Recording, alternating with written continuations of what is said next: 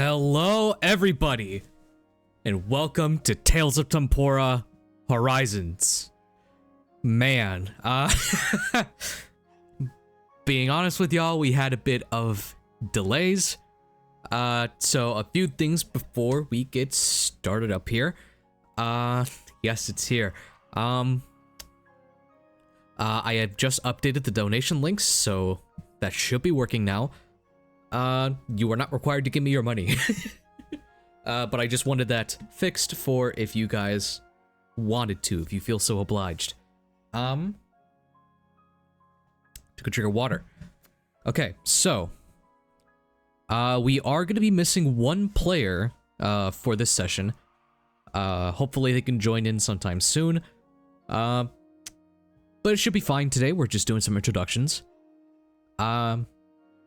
This is technically our first stream. So if there are any issues, if there are any complications, please let us know. Yeah, and we should be having a lot of fun. The artwork that you are seeing on screen relates to a previous Tempora games. And if I swear to God, if I get time, I will be shouting out every single person who made this artwork. If I forget, you are free to crucify me. And even then, they will be posted in the linked in the description of the YouTube video when it comes out, possibly a day or two after the airing date. But trust me, last thing I want to do is skim out anyone from a shout out, because all this artwork is amazing. Furthermore, speaking of artwork, reactive images.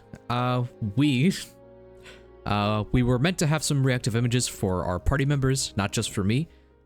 Those are getting finished. But right now we have some placeholders, so if things kind of look a bit janky, that's why. Rest assured, we should be getting those, hopefully by the time we do next session. Now, will we get other artwork showcases in the future sessions? Yes. Every time artwork is made, we will post it right here. It'll be a new batch every single time, so no one is getting buried. So this is the first batch for now, and then second batch will be on session 2. Also, Tempora Unmasked, that is going to be coming out next week. So stick around for Tempora Unmasked next week. It'll be with a different party. Different vibe, and we should have some fun. We stream every Wednesday, starting now. So it'll be bi-weekly sessions. This week is Horizons, next week is Unmasked, so on and so forth. It will continue in that pattern unless we announce it. You cannot eat the batches of artwork. Those are not yours to eat. Thinking of it there, if there's anything else I need to announce. The Tempora one-shots. If you have not seen the Tempora one-shots, please do so. They aren't crucial to understand what's going on, but they can give you a bit of background lore. Think if there's anything else I need to announce. I don't think there is. If I'm missing anything, I will probably announce it mid-session like an absolute goober. Now, without further ado, let us introduce the party. Say hello to the stream, guys. No. Hi, everybody. I refuse. Word that'll get Arthur banned. Godspeed, you magnificent. No. Godspeed, you magnificent bastards. All right. Yes. You can see the little vacant, empty spot. Hopefully our 6th player comes in. Shouldn't be too bad though. Hopefully. I assume he will. He said 1 second. So. Oh, he actually said 1 second. Cool. I didn't check. It did do that. Yeah. All right. Nice. So, this is Tempora Horizons. How are we feeling, guys? I'm ready to die. I'm gonna get slaughtered. I'm ready to perish. Very nice. Oh man, I probably should have prepared this more. How about we go around and let's go around and introduce ourselves.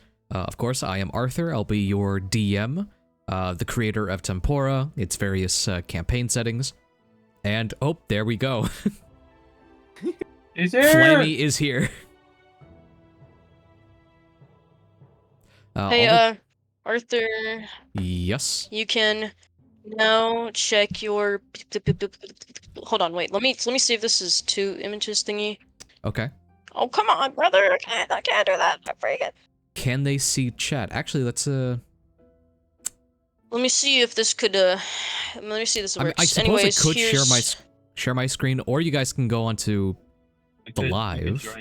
We could join the live. There you go, Sure. brother. can I join don't know the if it's good or live. not. Here you go. Is that good? I'd Oh have to hell have yeah! this. We get to Yeah, do you this like it? live. Yeah. First off, let's have everybody introduce themselves. We'll start off with, Oh my You- god. you know what? Since you're the first one in call, we'll start off with you. Tony, go ahead and introduce yourself. What's your whole deal? Oh, wait. Introduce myself? Yeah. Like me, the player, or me, Yes. the character? Okay. Hi guys, it's me. You know, me, Tony. I'm a player of Tales of Tempora, Tabletop Chaos. Okay. I am 19 years old. I have an Instagram, a YouTube. You know, going into militant soon, bro. You know what I mean? Hell yes. Hell yes. I am the worst player ever. I just need to let you know. I'm no, annoying. you're not. I am not. I'm not a good player. Everyone here hates my guts. No, I'm joking. Yeah, no, I'm glad to be here. Amazing. I love the shameless self plug you did there. Seb, go ahead and introduce yourself. What's your whole deal? Boingo boingo hot dog. That's my deal. Boingo Hell boingo yeah. hot dog. Amazing. My name is Seb. I woke My up from name a is nap David. 40 minutes ago. I'm not here yet. Awesome. I am groggy. I did not sleep last night, so I slept after work today. Well, we know whose intro we're skipping. No, of course. I'm Awesome. dying. Cherry, go ahead and introduce yourself. What's your whole deal? Oh my god, Cherry's here. I'm barely alive at the current moment, but I'm here. My current my whatever thing is, I know English, is razzle dazzle. That's it. Awesome. Thank you. Razzle dazzle. Next we got Flammy. Go ahead and introduce yourself. What's your whole deal? I don't know.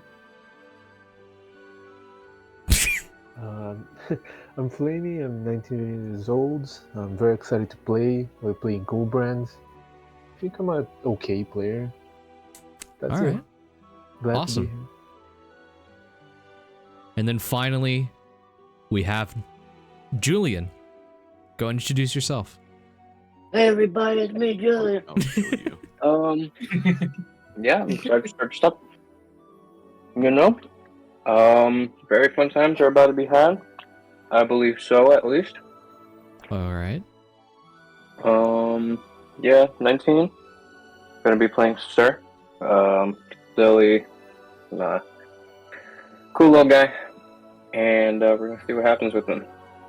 The one thing you've learned about all of us Hopefully, is that everything is normal. the one thing you've learned about all of us, we all legally cannot drink. I can. Yeah, I'm 22. yeah. I'm Oh, 22. shit. I can drink. Give me Arthur, you all of the bastard. alcohol. Well, in my skipped country I me. can. Joke I'll on do me. it for the team. Haha. You I'll skipped drink for the team. monster. All right. 5 of us cannot legally drink. Man. Awesome. I'll take it for the team. Don't worry, guys. Amazing. Okay, cool. Stuck at the Zelda Arthur. music going on in the background. Arthur, I don't know how to tell you this. You skipped me. I don't know what you're talking about, whoever you are. Oh, man. No, Ozzy, of course. Go ahead and introduce yourself. Yeah, I'm Ozzy. I'm 18 years old. You may know the last character I played was, the other one-shot Shadows, Tempora Shadow. I was Chris. Mm-hmm. That's all there is to know about me. I do nothing else. Well, you do a lot of other things. Goji actually never Yeah, leaves like your call. mother. Holy shit. Oh. Congratulations. Son, thank you. That is crazy. Awesome. Congratulations is a crazy response. Now, very clearly, we've all already had our character creation session, and I've already gone over a bit of the campaign setting and lore. What I want me to do, before we actually get started, is to just kind of run down some things with you all. Now, I have been, I don't know if this is like a reputation I hold. I'm known probably as the guy who has killed the player in their introduction. So, Whoa. yes. Now, the way I run my games, we may get into some of the rules very heavily. We may forego rules altogether. My adult brain cannot comprehend a lot of the stuff, and it's worse that I add homebrew into it. I just want to let you guys know that my main drive is to be as fair of a DM as I can be. Our characters might die, and our spirits may be down. I am never against any of you. I want you all to live and flourish and be your best selves. I don't know. It felt like you were pretty against me when you told me I could not have a ring of three wishes. I'm just saying. Shut up. No, but the rules may fuck us over. I may accidentally fuck us over at certain times, but I love each and every single one of you. Let's have a great game of D&D today and onward. And whatever happens, happens. You're terrible. You're terrible, DM. You kill us. Okay, you all start in a tavern. I cast fireball. Starts with the most generic setting. Awesome. Listen, I know I'm level 1. I know I'm not a spellcaster. I am casting fireball. Awesome. I love my level 1 character that is level 1. Amazing, yes. All right. Without further ado, Okay. we're going to if this keeps up, I'm gonna be an evil DM. Wait, I just said okay. Ooh, you want to be a good DM. Well, then continue without further ado, bro. Come on. Of course. We're starving. Let me get everything set up. Me Cheats, as a keep going DM resisting faster. the urge to tell my player to roll 3 nat 20s in a row to do the thing they want to do. Okay.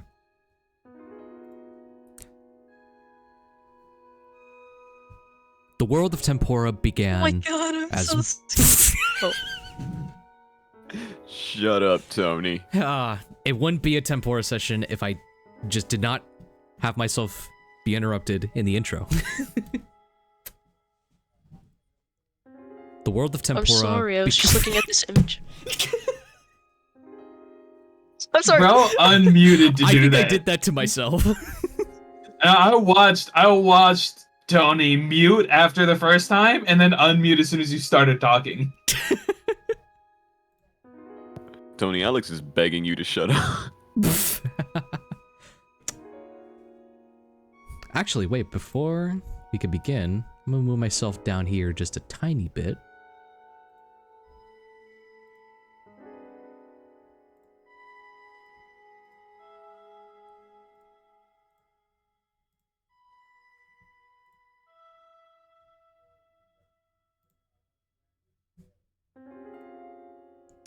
And then...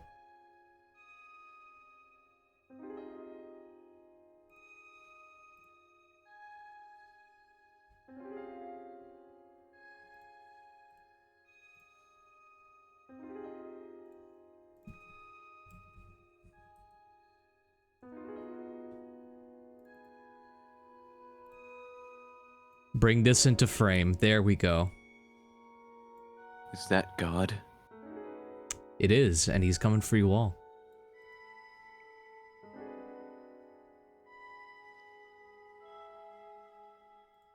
It's so glorious.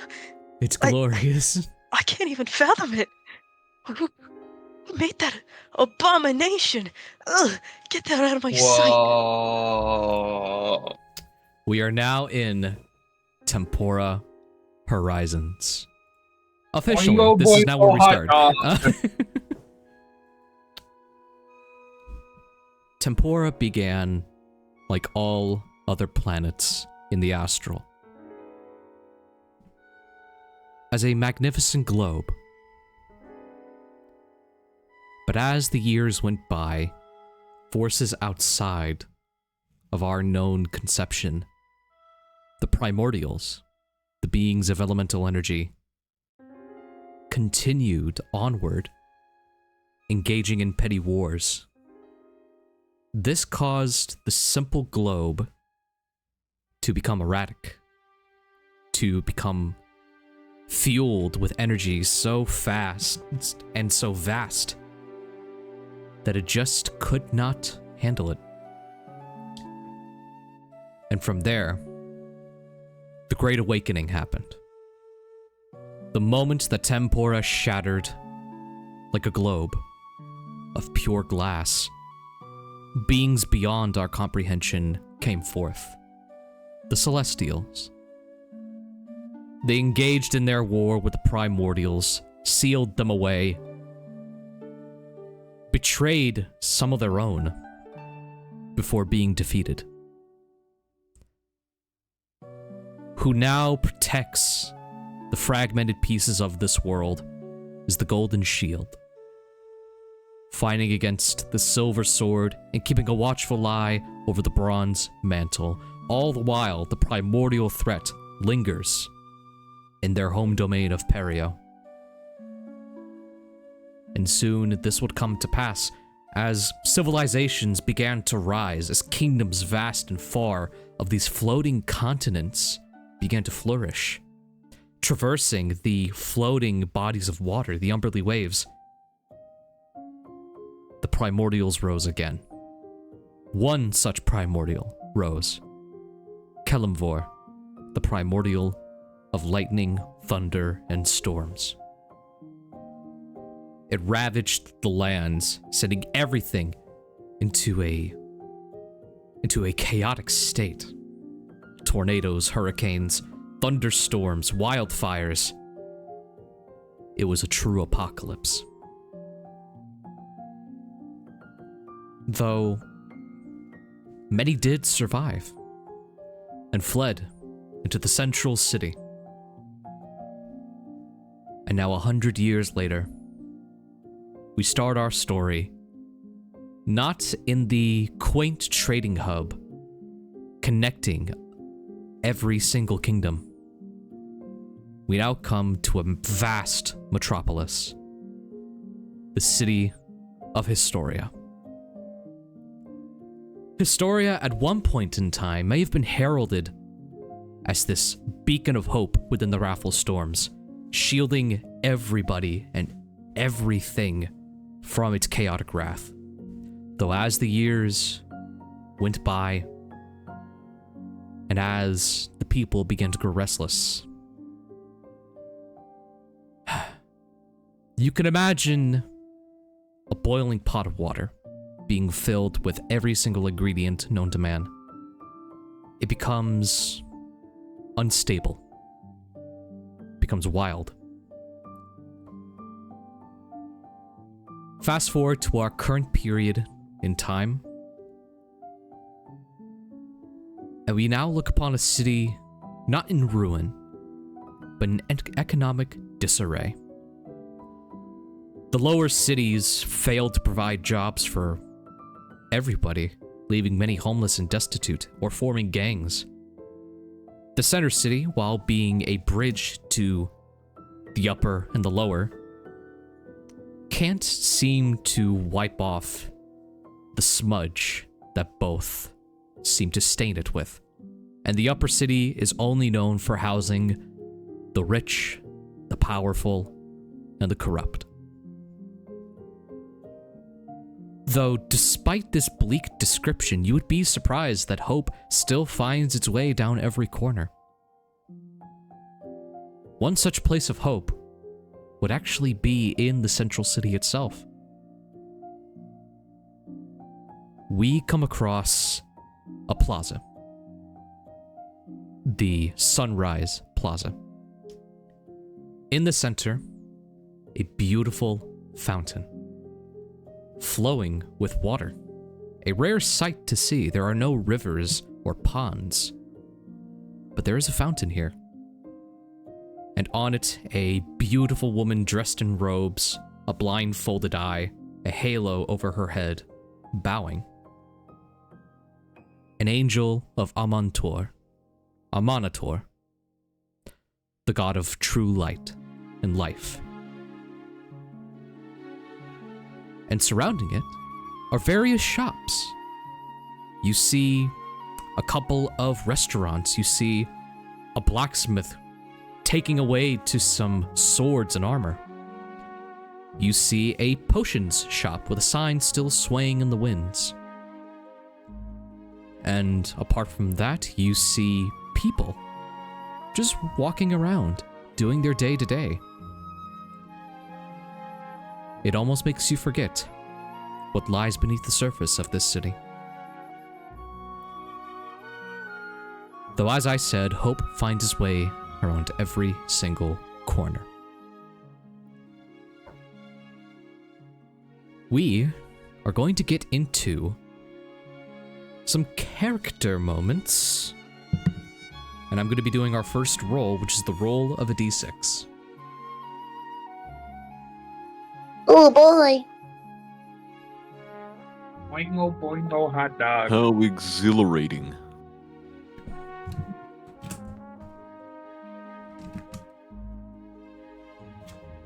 Gonna bring it up so y'all can hear. Dice cam win. If I could find a way to set that up, I would love to. Dice cam. Dice cam. All right, here we That would go. go hard. A 4. I think a dice cam would go soft. Of course. All right then.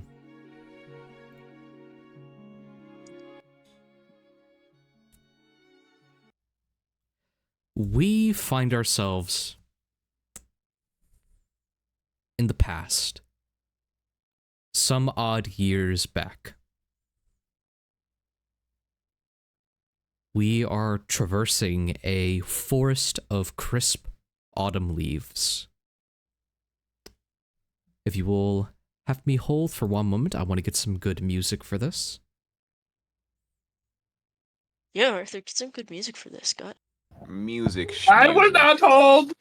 You can't make me. Music, man. You get out of store now! You know, Big Mom.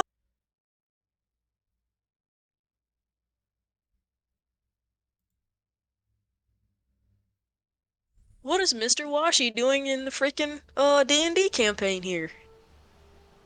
Mr. Oh my god, Mr. Washi, I'm a big Mr. fan. Can you clean Mr. my Washi laundry? Washi. Who's Mr. Washi? Are you talking about my character?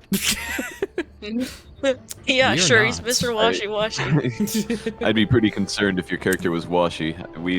We may as well not even come if you're Washi. You'll solo the whole campaign. I was confused. I'm confused on who Mr. Washi is. This is your Mr. character. Washi, Family Guy. We stroll through I don't watch a Family Guy. forest of crisp autumn leaves. Some of them barely holding on. The air is cold. Not enough to produce frost, but still cold. we hear some cheering, some jeering from armored men. And you can see some of them have a crest on their armor, a symbol of some kind. A lion. We see two figures. One, a human male. You couldn't tell it was a male at first. He has a bit of an androgynous look to him. A lion's head on his shoulder. Some fur decorated around his boots and waist. With a blade held high. His opponent, a tall, muscular Goliath.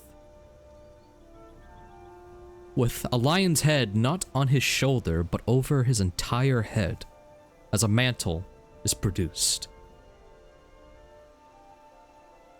We see the clashing of blade to axes. We see the blood spewing from mouths and open wounds. We see an axe held high, slowly coming down. And then we awaken. This Goliath, once in a fight for his life, metaphorical, literal, it is unknown. We see him walking down the road of the lower city. Flammy, could you please describe your character to us? So, Gulbrand is, well, he used to be a mercenary, but he got into a little bit of a fight with his leader and he dropped out. His entire life, basically, he's been fighting, not because he wanted to, because he needed to. Now he has a choice, but still feels kind of empty as of now. He's 8 foot tall, and he's about 20 years old. Not very academically educated, but not the stupidest. He uses a lot of leather armor and animal skins and bones. He's a barbarian. It's kind of quiet, just, you know, keeping to himself. Yeah, that's Gulbrand. Gulbrand Smith, sorry. Amazing. Gulbrand had come to the city some time ago. Would you say that he would have a bit of a reputation? Yeah, a lot of rumors. Not necessarily bad or good reputation, just rumors, you know. Okay. As you walk through the path of this lower city, you do get some vacant stares kind of eyeing you as they pass by. Some other toughs, maybe someone you recognize from a gang or two, but have not really found the time to enact any sort of vengeance. A lot of passing eyes. Though, I want you to give me your passive perception.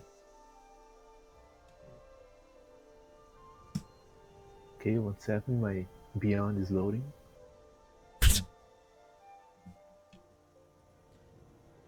Uh, 14, passive perception. A 14, alright.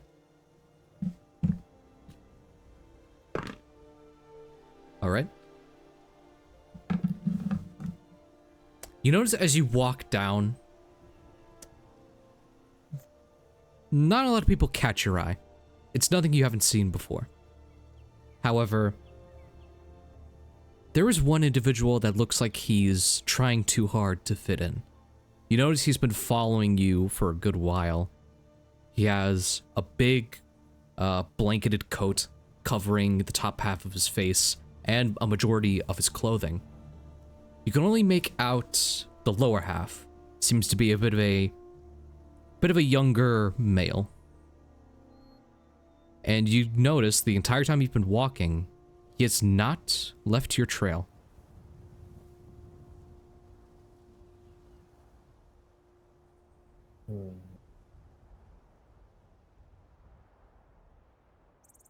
Let me just check something real quick.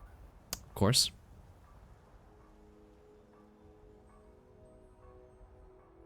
Mm.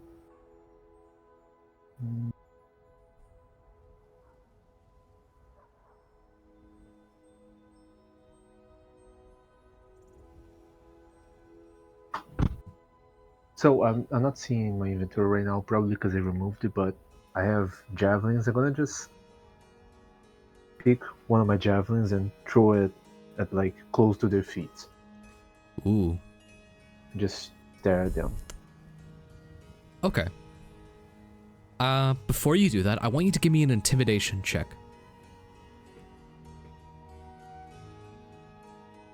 Intimidation check, huh? Yes, sir.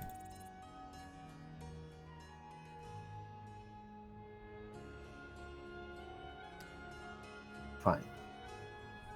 I was thinking if I should rage or not, but that's too early to rage. Okay. I see an 11. All right. You kind of turn around your head slightly. Oh, my bad. To kind of size him up. He is young, as you suspect. He doesn't seem to know that you've caught on, though. So the moment you pluck a javelin from your back and slam it down at his feet, I'll let you know with an 11, you've definitely scared this man enough to where he just freezes up. The other people in the streets, some of them do stop to kind of get a look at the situation because a large Goliath has just thrown a javelin at the feet of this man. Though none of them are really taking any action either. You see the hooded figure slowly begins to look up.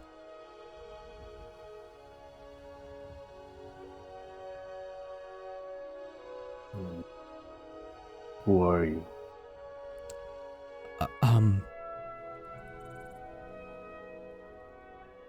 My apologies. You can tell his hands are shaking a lot. This whole thing just kind of snapped him back into reality. You see he's going to reach for something. He's reaching. Kill him. He's gonna die! I'm going to rage right now. No, I do have both of my weapons. I like out a scimitar and a hand axe. The moment right after I threw the javelin, so I'm just gonna stay on guard. But I'm not gonna do anything. You Surely he doesn't have a fireball in there. Stand at the ready with a axe and sword. Pulling from his back pocket, you notice a beautiful decorated golden scroll. Go ahead and roll me a history check if you want to see if you can identify off rip who this scroll belongs to. 7. I nailed it. He just pulls out a really fancy scroll case. Twisting the top. Oh.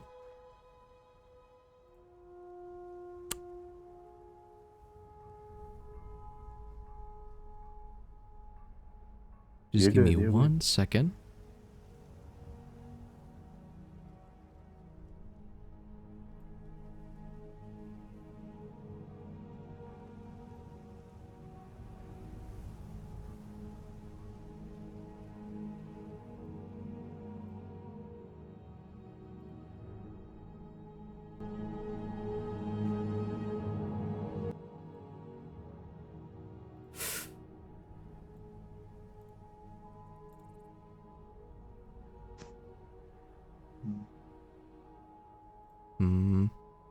Alright.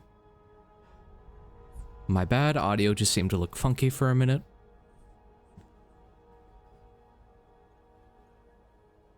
Alright. Cool. He begins to twist the top off of the scroll case, and from it you see him pull out a piece of parchment wrapped up and imprinted with a royal seal. With the 7 history, you still can't decipher who this could belong to. But he slowly hands it over with a shaky hand. I got a message for you, Mr. Gulbrand, sir.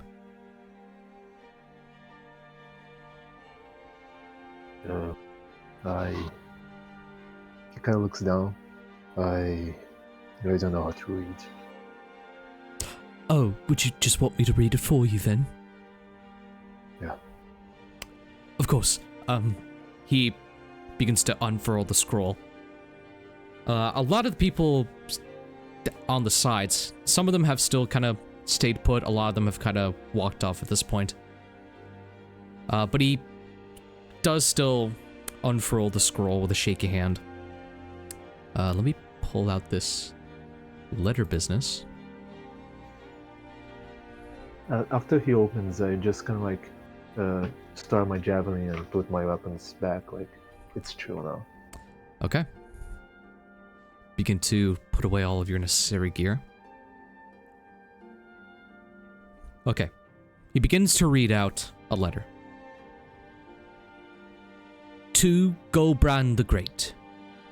We have been observing you for some time through divinatory means, and have decided to reach out to you via this letter. We have determined that you have the skills necessary to bring not one but many kingdoms back from the brink of destruction. Through our reclamation initiative, we have sent numerous scouts to survey the lands beyond, in pursuit of both reclamation and in the hopes that most of the primordial threat has been terminated. With the results we have been granted, we believe that now is the time to make the first steps in reclaiming what was lost. We now turn to the individuals like yourself to take this step with us. If you are interested in making history, meet our courier at the Sunrise Plaza in the Central District. We hope to see you there. Signed, the Hierarch Historia.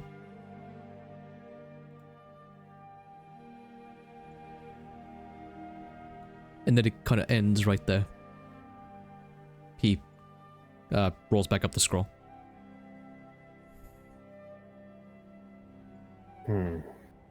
Well, it seems like a scam, but I suppose it's worth a try.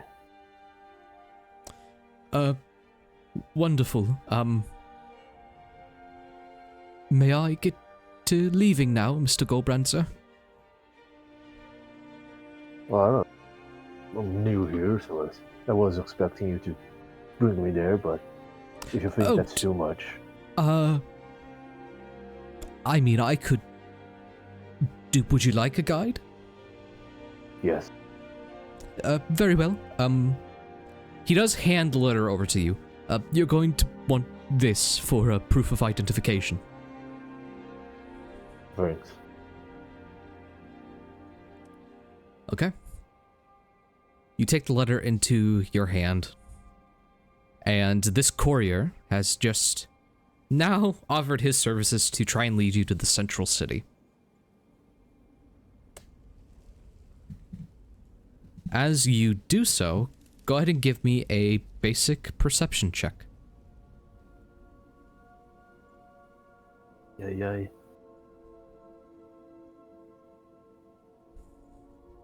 Ooh, 22. All right. Oh, the roll was so good, he fell. As you're walking with this courier, you notice a bit too fast to react that there are figures in the shadows of the alleys. The only thing you can really make of them is their red cloaks and dark eyes before they slink back into the shadows.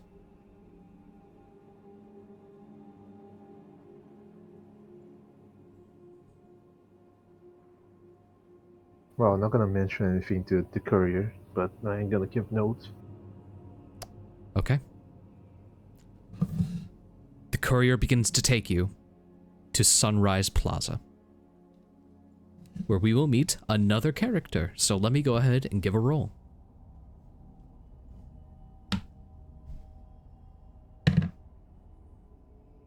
Okay. Amazing. We move forward as I go ahead to change up the music once more.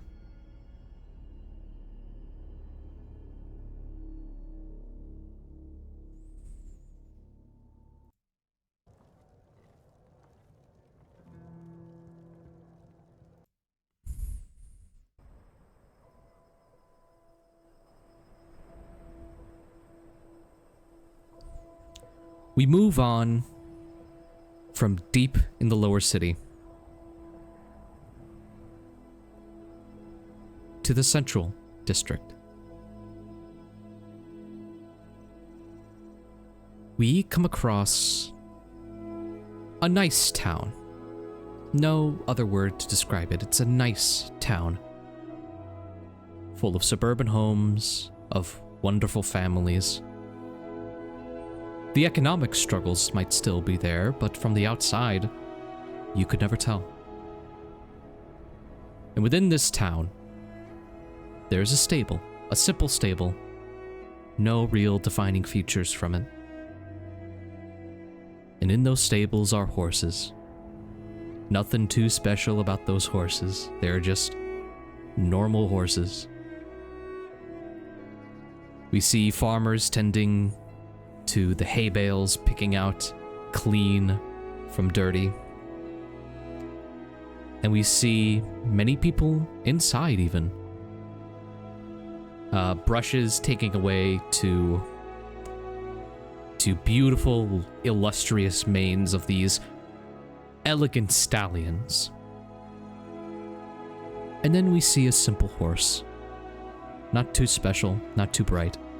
Used to pull carriages, if nothing else. But that is how Epona was born. And brushing her mane is one Jonathan Smith. Ozzy, would you care to introduce your character? Alright, so a common misconception, his name is Joseph. Joseph, my bad. Wow, I can't believe you got that done. Wow. It's actually Jonathan Joestar. Jojo. Yeah, so he's a level 1 human fighter. The only things he really has going for him are that he has a lance, and he has a horse that he likes to ride. Aside from that, he's your average, typical knight. He never really excels in any area. He doesn't really lack in any. Mm-hmm. If you send him out, he'll get the job done. He'll do nothing more. Beautiful. Jonathan, today is like any other day, I should say. A lot of your days seem like that. Could you give us a bit of insight as to his current position? Like, where does he work? Right now, he appears to just be with his horse, Epona, taking care of her.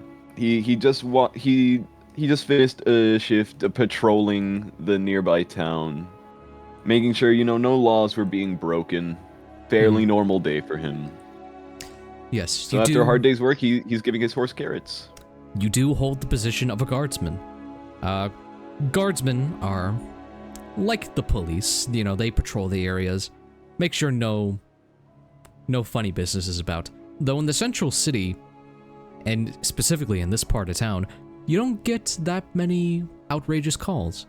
There might be the odd hooligan doing some vandalism here or there, but you live a nice, simple life. One of the farmers ends up coming inside to look upon everyone. Another day, another silver. Jonathan, how is Epona doing? And he kind of walks over to you. Oh, the usual. Epona's doing quite well. Maybe a little tired from patrolling all day, but not any more tired than those trained horses could be. Oh, yes. I hear all about what they get up to, running around the lower cities chasing various gangs.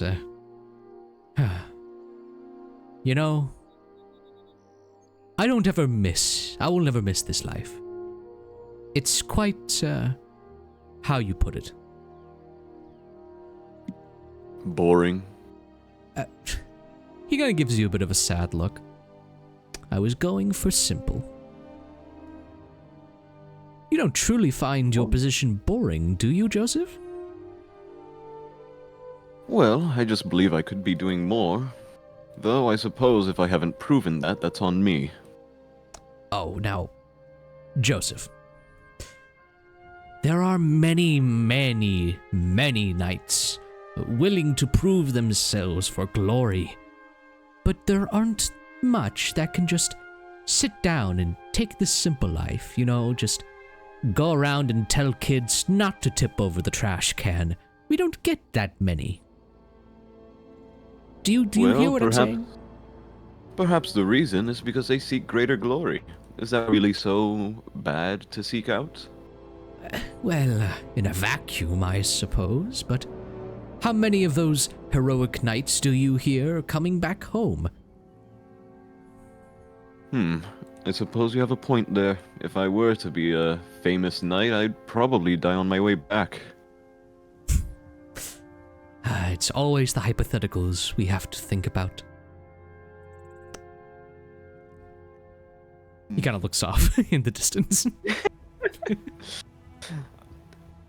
Say, are you satisfied with your life? Me? From the looks of it, you seem to be even more down than me. Joseph, my dear man, I have been a farmer for 30 years of my life. Not once gaining a promotion. Not once earning a raise. Doing the same thing. Picking hay out of barrels. Taking them to get cleaned. Putting in clean hay. Roll me an insight check.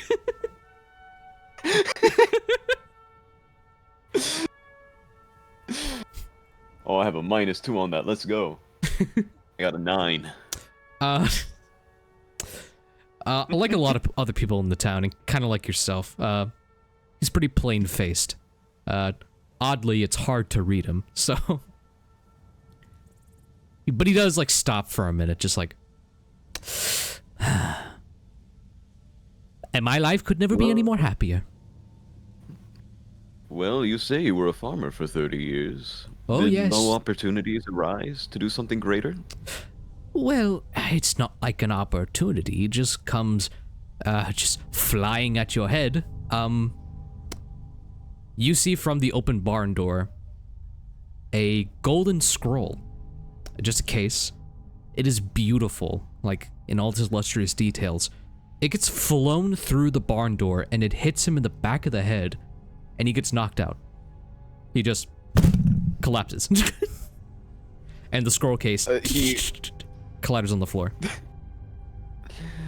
Joseph just shoves the scroll aside and shakes the man like, are you okay? What the hell was that? Roll me a medicine check. Oh yeah, -2. Nat 1, baby! You saw a man die today. What? What? This is like Final Destination. What are you like? Oh yeah, you shot death. You're coming for you. Pretty soon you Jesus. hear yelling, just like, they threw it in there. Oh my goodness, son! And you see a pretty young courier run in. She's like wearing some vestments, a pouch over her side. She runs in, just like, did you see a scroll? Oh my goodness! What had happened? Someone killed him! What? He's like slowly tearing up. I'm gonna roll a medicine check for this courier. Oh god. Okay. She kneels down, gets a pulse on him, and she kind of stops for a minute, just like, okay, my dear knight, good news, he is not dead. Oh, thank God. I got worried for a second. Yes, Known this bless guy for a hot Amanator. minute. Though he is severely knocked out. There was one of those kids just stole the scroll right under me, and just tossed it. Theft, you say? Well, the scroll is right there, and she's kind of pointing it at it by your feet. He leans down, picks it up and hands it right back to her. If you want to press charges, I'm right here. Oh, I don't believe that is necessary. They were just, ill-mannered children. Their parents will sort them out, I believe. Well, clearly not, if they're doing that to begin with. Well, can only dream of it, I suppose. I'm actually... I'm sorry? I was agreeing with you. Of course. I'm actually looking for someone, if you can help me. I'm looking for one Joseph Smith. That would be I. Oh, my apologies. I didn't recognize you. I don't blame you. I look like everyone else here. We see about 40 other Josephs walking on. Okay. Same haircut, same beard. Oh yeah, of course. But yeah, no, she begins to twist off the cap of the scroll case and pull out the letter, and she hands it over to you. This is meant for your eyes only. Thank you. He opens the scroll up and, starts reading it. Within it contains the same letter given to Gulbrand. This time written out to Joseph Smith. Through our reclamation initiative, we have sent numerous scouts to survey the lands beyond. We now turn to individuals like yourself to take this step with us, if you are interested. We hope to see you there. Leading you to the Sunrise Plaza and in talks about bringing kingdoms from the brink of death. An opportunity. He slowly puts the scroll away and just hands it to the courier. I thank you for the journey. Can you do me a favor and hide this somewhere on the farm? I'm going to make my way to where that letter is telling me, and, well, seeing as it's for my eyes only, I can't tell you where that is. Certainly. She's gonna take a look around, see where she can hide this. Alright. Do you observe her hide it somewhere, or do you not want to know? Yeah, he watches her. Okay. She kind of looks around in the barn itself, noticing that there is, one of the floorboards is like a bit, kind of a bit damaged. And so she does the classic thing of like pulling it up a bit, sliding the scroll with the case inside of it underneath there, and then slowly just pushing it down. Damn, Joseph's more broke than I thought. He's got creaky floorboards. It isn't your stable, but yes. You don't own that shit. What are you talking about? You're even more broke. You don't even own your own stable. No, but she looks at you with like giving like a thumbs up to like for approval. He nods his head. Would you like any payment for your job here, or? Oh, tipping is not necessary, Mr. Smith. I get paid by the Imperial Courier Service. I see. Well, if you want to grab anything from my farm, feel free. It must have been a long journey, and I don't expect you to not be hungry. Actually, yes, I wouldn't mind. What is there? May I ask? And your eyes kind of look around. Not much in this stable, to be honest. It's a bunch of apples, carrots, and other horse feed. He just points at the apple trees, like, well, considering where we are currently, you can pick apples off of there. I would be delighted to. And she kind of makes her way over to one of the apple trees to try and get one down. As she's doing this, what's going on through Joseph's head right now? He is thinking of the, going on that trip, and more importantly, he's gonna find a way to melt down the scroll since it's made of gold. Okay. Awesome. So that he can give it to the farmer he just spoke to cover his medical costs. Oh my goodness. All right. You see your horse Epona kind of looks over at you. No real discernible emotion. Just a... Joseph, he grabs his lance, he grabs his shield, and he mounts Epona without a word. And just, goes to take off. He's ready to go. Okay. You kind of catch eyes with the courier for a minute. She's gotten an apple down, holds it up to you, and kind of waves you goodbye. You have a safe journey, Mr. Smith. Thank you. Well, I hope you have several safe journeys considering your job. Oh, thank you, sir. And she takes the apple, walks off her own way, and you begin to head off towards Sunrise Plaza. I'm only now realizing I didn't fucking give myself the horse. You can go ahead and do that real quick. I don't need you to roll stats for the horse. Yeah, I know. 2024 or 2014 horse. There's a difference apparently. 2014. Oh my god, what's your breed? 2024? 2014? Hey, yo, you got the 2014 model? Yeah, he's a little slow, but That's old as fuck. That's all I hear when people talk about cars. Only reason is because I have not looked at 2024 monster stats yet, so just do 2014. Should be simpler. Horses aren't monsters, they're Understood. just horses. My apologies.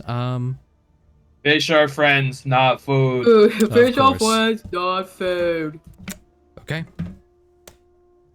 We move on from a simple town to a darker setting. Let me get the right music for this.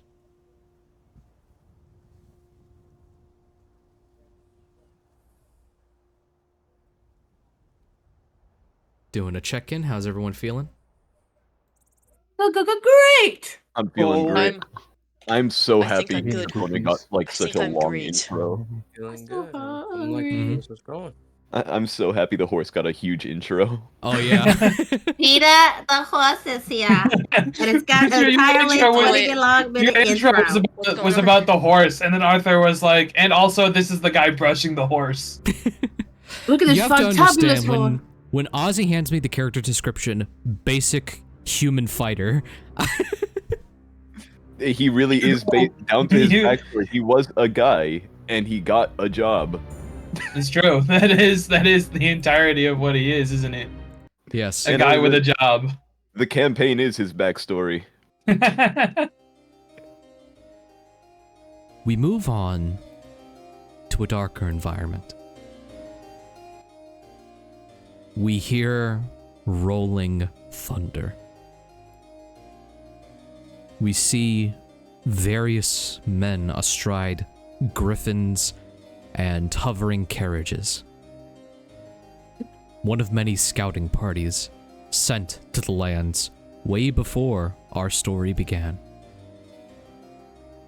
We hear the crashing. We hear the screams. The splintering of the carriage. And through the dust and through the mud, we see but two survivors. One of them a rattled half-orc, kind of slowly getting himself up. He is wearing heavy armor that of only of the highest form of Imperial soldier in the Hierarch Astoria. We see him looking around. We see him shouting out, Bellamy! Bellamy! And as we see our second survivor get up, who do we see coming from the mud? Me. This is Bellamy looks a lot different than he does present day in this. His skin has color. His eyes are a deep black instead of the red that they become. And he's wearing the normal armor that was given to him. That's normal colors, not like dark and brooding colors. Of course. He also has hair. A brilliant silver and purple armaments. A more lively man than we will see pretty soon. This half-orc runs over to pick you up. Oh, the men. Oh, we need to find somewhere safe. Oh. But what happened? I don't. The storms. We thought they were done. I don't. You then hear rustling within the woods. What was that? Half-orc companion immediately tenses up, with warhammer in hand. Do you think that's one of the others? I'm not sure. What if it was one of the others? Wouldn't they have called out when they heard you? You stay here, Bellamy. I'll check it out. Wait, no, don't leave me alone. He quickly peels off. No, and fuck. You quickly lose him in the forest. I look around and try and find my weapon, and I look down and I can't see it. You only feel the shield at your side, but your weapon completely gone. And then you hear it. Hey, who are... By the gods! Ah! Just screaming. I'm going to, as soon as the screaming starts, I'm going to turn around and run in the opposite direction. You run off. As just on instinct. It's not a choice I'm making. It's just my fight or flight kicks in, and before I have an opportunity to make a choice, I'm already running. The only thing you hear are the screams. Ah! Bellamy! Bellamy! I keep running. You hear screaming for a good amount of time before you hear a sinister crunch. And you're running for what seems like hours until you hear a twig snap. Not where you once were, coming right in front of you. I freeze. You look deeper as you freeze. Can't do anything else, you just tense up and look onward. Glowing yellow eyes.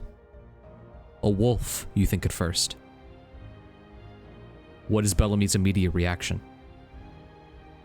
I think my flight has kicked in again and added freeze to the end of that, and he is frozen in fear. You hear the low growl. You see it move ever closely. And then you see the wolf stand. And walking forward, you see a bipedal hyena. Wearing full armor, a bloodied axe, bloodied teeth, only hanging from it a chain with the royal crest of Historia. He spits it out.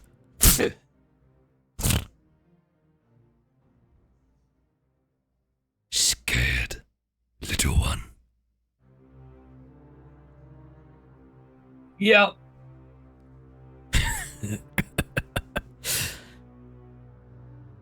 Do not worry. He has plans for you.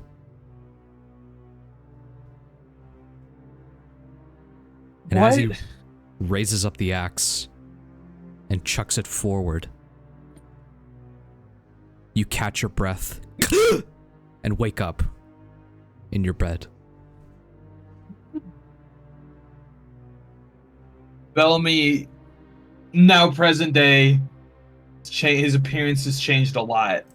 His eyes have turned red, his hair has fallen out, his skin has gone deathly pale, and his face is gaunt. And as he wakes up, he's heavy breathing, and he looks down at his chest and see the scars that are left over from that day as he remembers it again.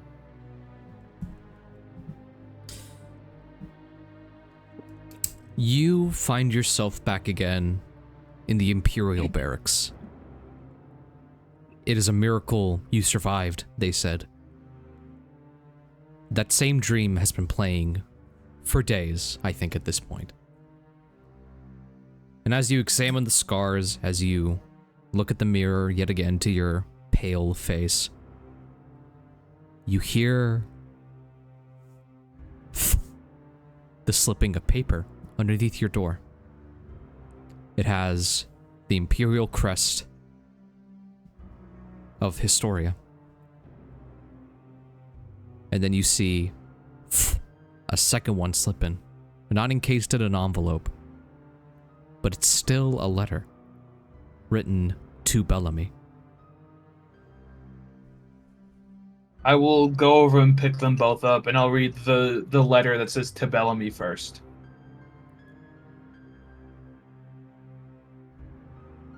To Bellamy. Within the envelope is an invitation to trudge out into worlds beyond once more.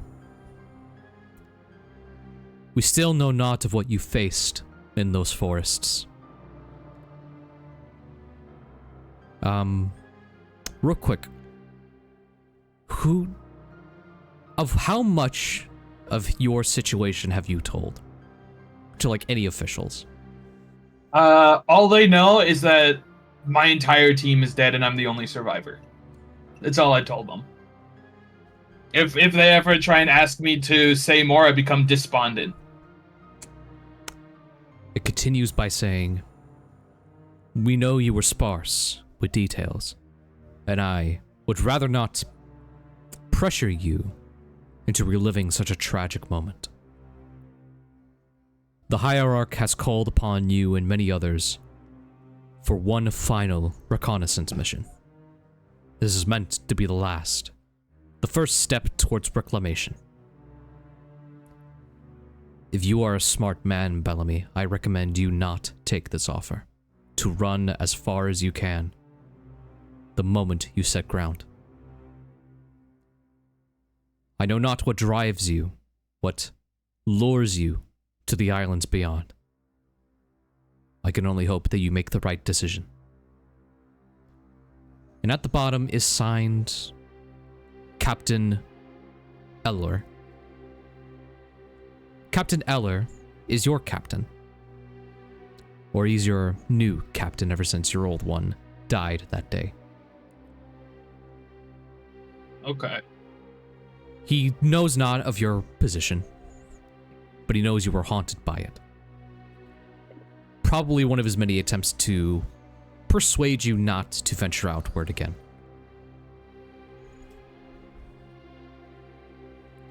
I will, after I finish reading, just mutter to myself, they want me to go back into that hell. He knew they would. And then I will read the other piece of paper. Inside, to Bellamy. Reclamation is upon us. Through our reclamation initiative, we have sent numerous scouts to survey the lands beyond. With results we have been granted, we believe that now is the time to make the first steps in reclaiming what was lost. We hope to see you there. Signed, the Hierarch Historia.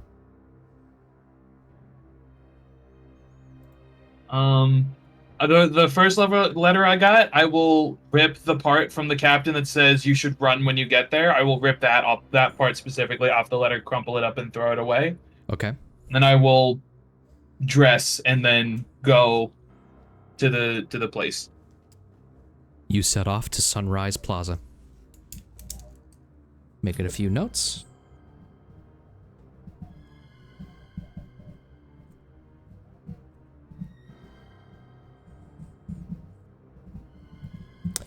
And we are good. Alright. On to our next character. Did you guys enjoy that tonal whiplash, by the way?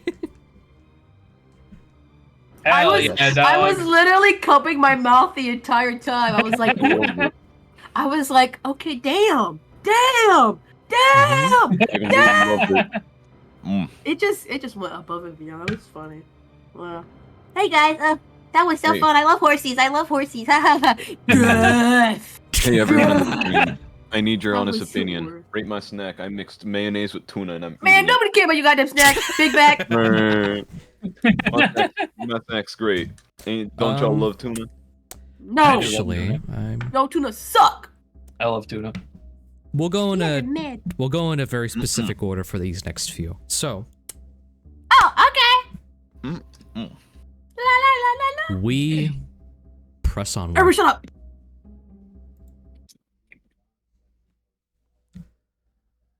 We find ourselves yet again in the lower city.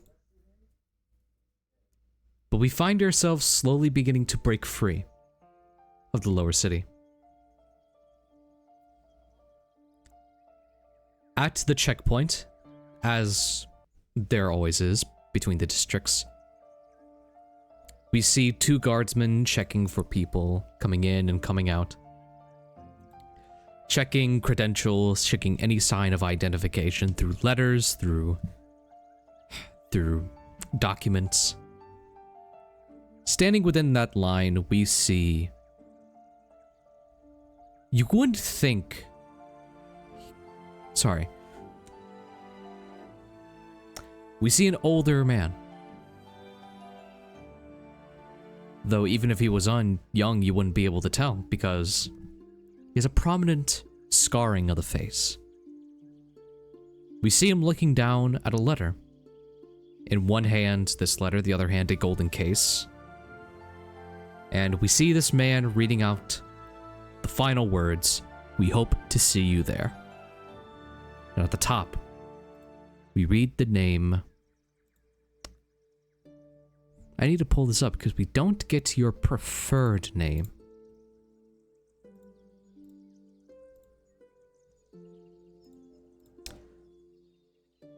We see the name Serangelo Sir Neyland.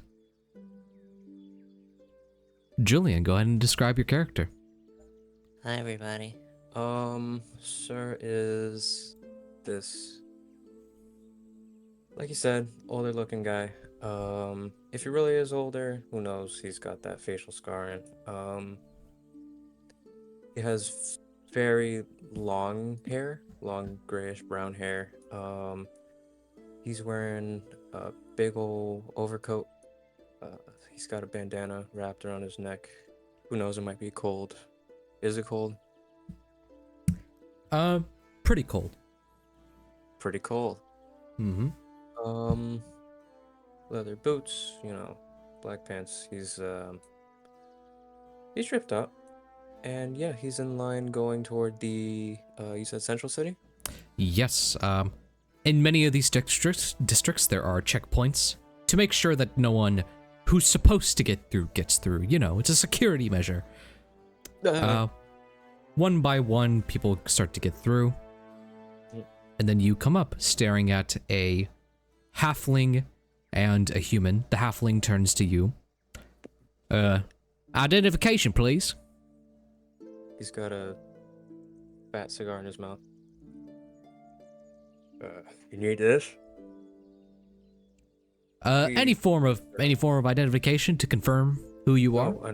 Give me a second. He, shows the thingamabob, the scroll. Okay. You show them the letter. The halfling looks at it, just kind of skims it over. You see the human also tries to take a little bit of a peek. Halfling hands it back. Mr. Neyland, is it? Yeah. Alrighty. The human kind of pipes up a bit. Hierarch Historia. Big deal. I know. It's well, strange. Wonder what the literal leaders of our nation want with a street rat. Street rat? I'm pulling your leg, Neyland. Yeah, real funny. Yeah, street rat. Can I have that back? Oh, right here. The halfling hands it over. Thanks. See the human kind of gives you like a like a cocky smirk as he like undoes the barrier. Alrighty then, Sir Neyland, you're good to go through. Do I know you from somewhere? Yeah, I don't know. Do you?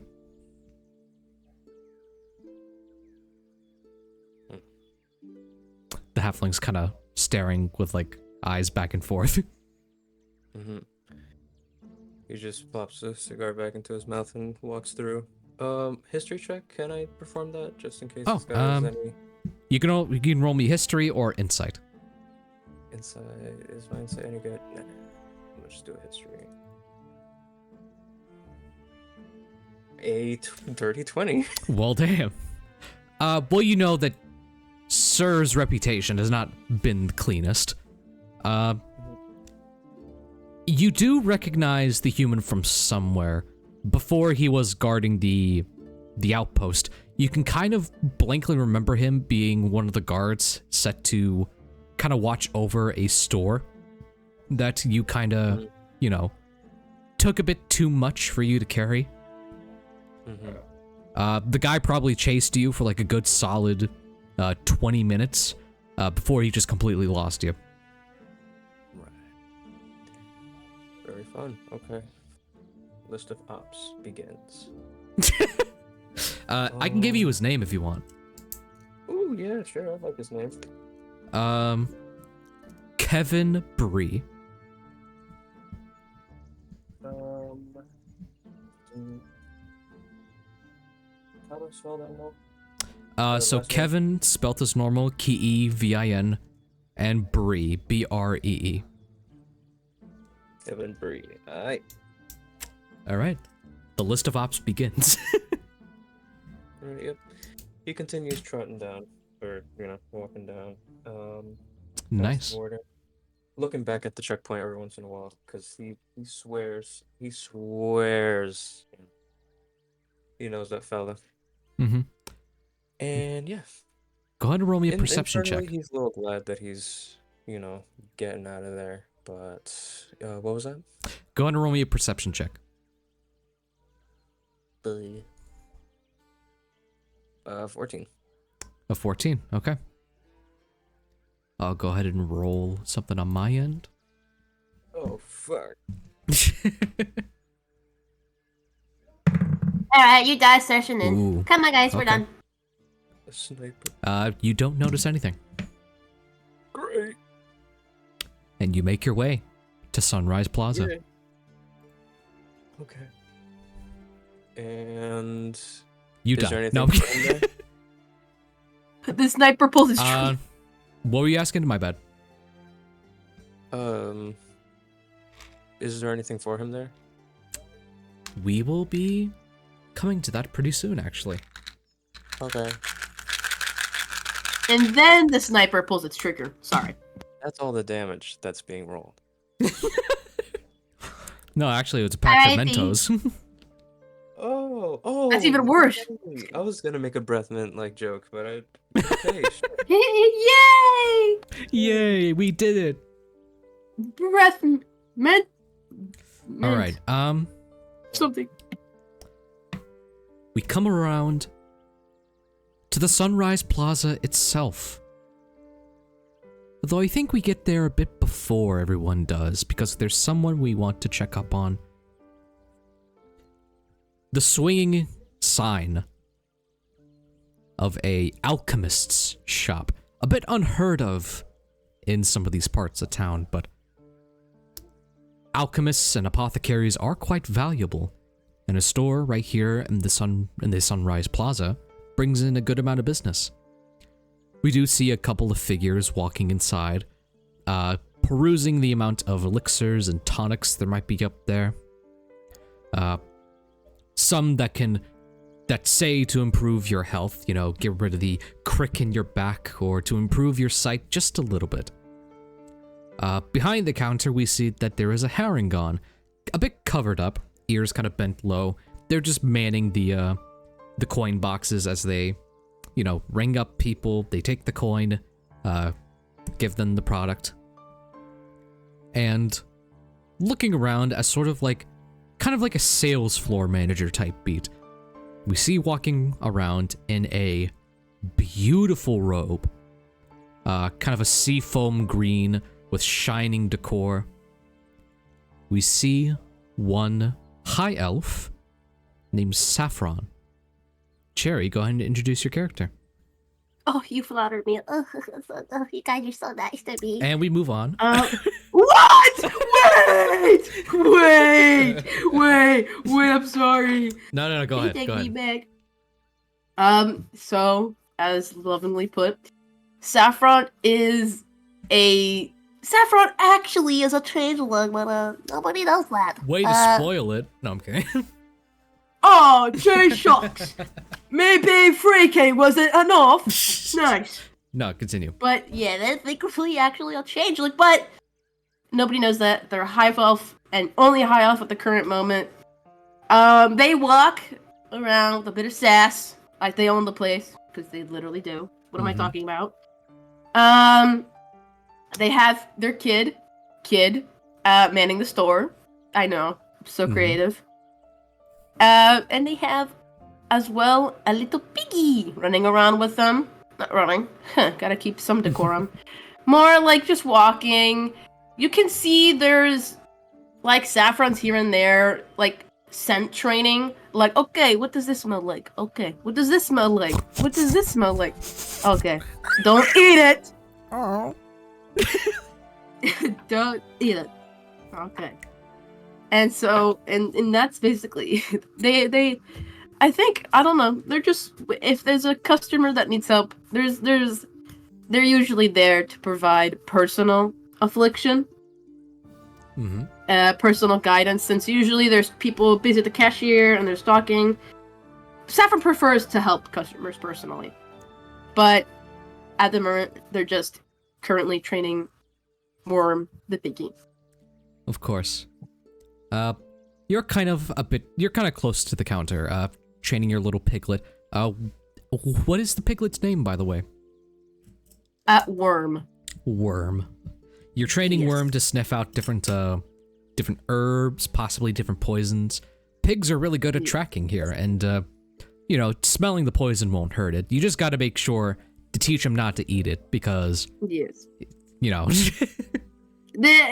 thing with pigs is that they have a bit of a bigger appetite than usual canines, but they have more stronger sense than canines, so it's a win-win, lose-lose situation. You gotta work with it.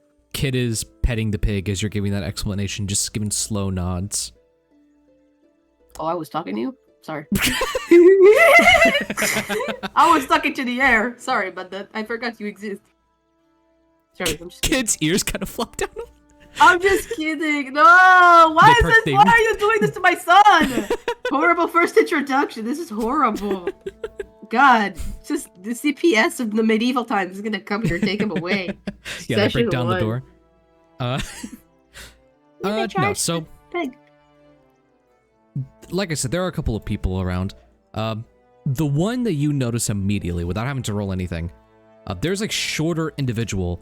You can't get a good read of their description or anything, because in their arms they have like bags upon bags of different ingredients and empty bottles and berries, and they're just like carrying around, just like oh, right here, and they're like, You have a lot of stuff on you. Yes. Oh yes, I plan to buy it all. Which way is the counter? You're not missing anything, I presume. Before I take you there, of course. Could you check in? Do I have snake venom? Is there snake venom here? Is there snake venom? Cashier! Kid pops up, digs underneath some cupboards, and pulls out a small vial of snake poison. Now, mind you, I cannot legally sell this without knowing your age. It is venom. After all, you are adult, yes? Oh, sorry, my size must elude me. They kind of look around, just like, do you have a place I could put any of this down, dear? Oh, of course, dearest. Come here. There is always a table next to the cashier. They Good kind of place for stuff, of course. scamper over with all the stuff. Again, they're really short. Like, they're about halfling height. So they just No, don't worry. I have to do this for everybody, tall or small. It is not a personal thing. It is venom. You have to. If I don't, she's like down. slowly lifting all the stuff. She's like, I got it. Let me help you. And she just slides it all. Yeah, you help pick one of it up, and I pick one up with my pinky. I pick one up with my pinky, just like okay, I got this one. Just a little like handle bottle of some weird liquid. You just like boop, put that. Yes. How strong are you? You finally see behind all the clutter is this beautifully dressed goblin woman. She's got like various braids in her hair. She's got like some golden markings around the face. She's wearing like a bouvier and a purple dress. Thank you for helping me with all of my stuff. And now she like kind of looks at herself, just like eyeing up and down. Do I look of age? Is there? Oh, dearest, you're funny. You know, I do have a little biting curiosity. Oh, yes. What is this for? You look to do a big project? Yes. Oh, well, I do a bit of my own, how do you say, alchemy, on the side. You are interested in the subject as well? I dabble. I have not met many who dabble in the same subject as I do. Oh, well, you see, I moved here recently from the lower cities. A spot just opened up. Just like me. Yes. We are basically like twins. Oh, for sure. I see the resemblance. You're funny. I like you. You're funny. You're funny. Though I'm cuter, though. Well, yes, I assume so. Look at you. Yes, You're of course. Adorable.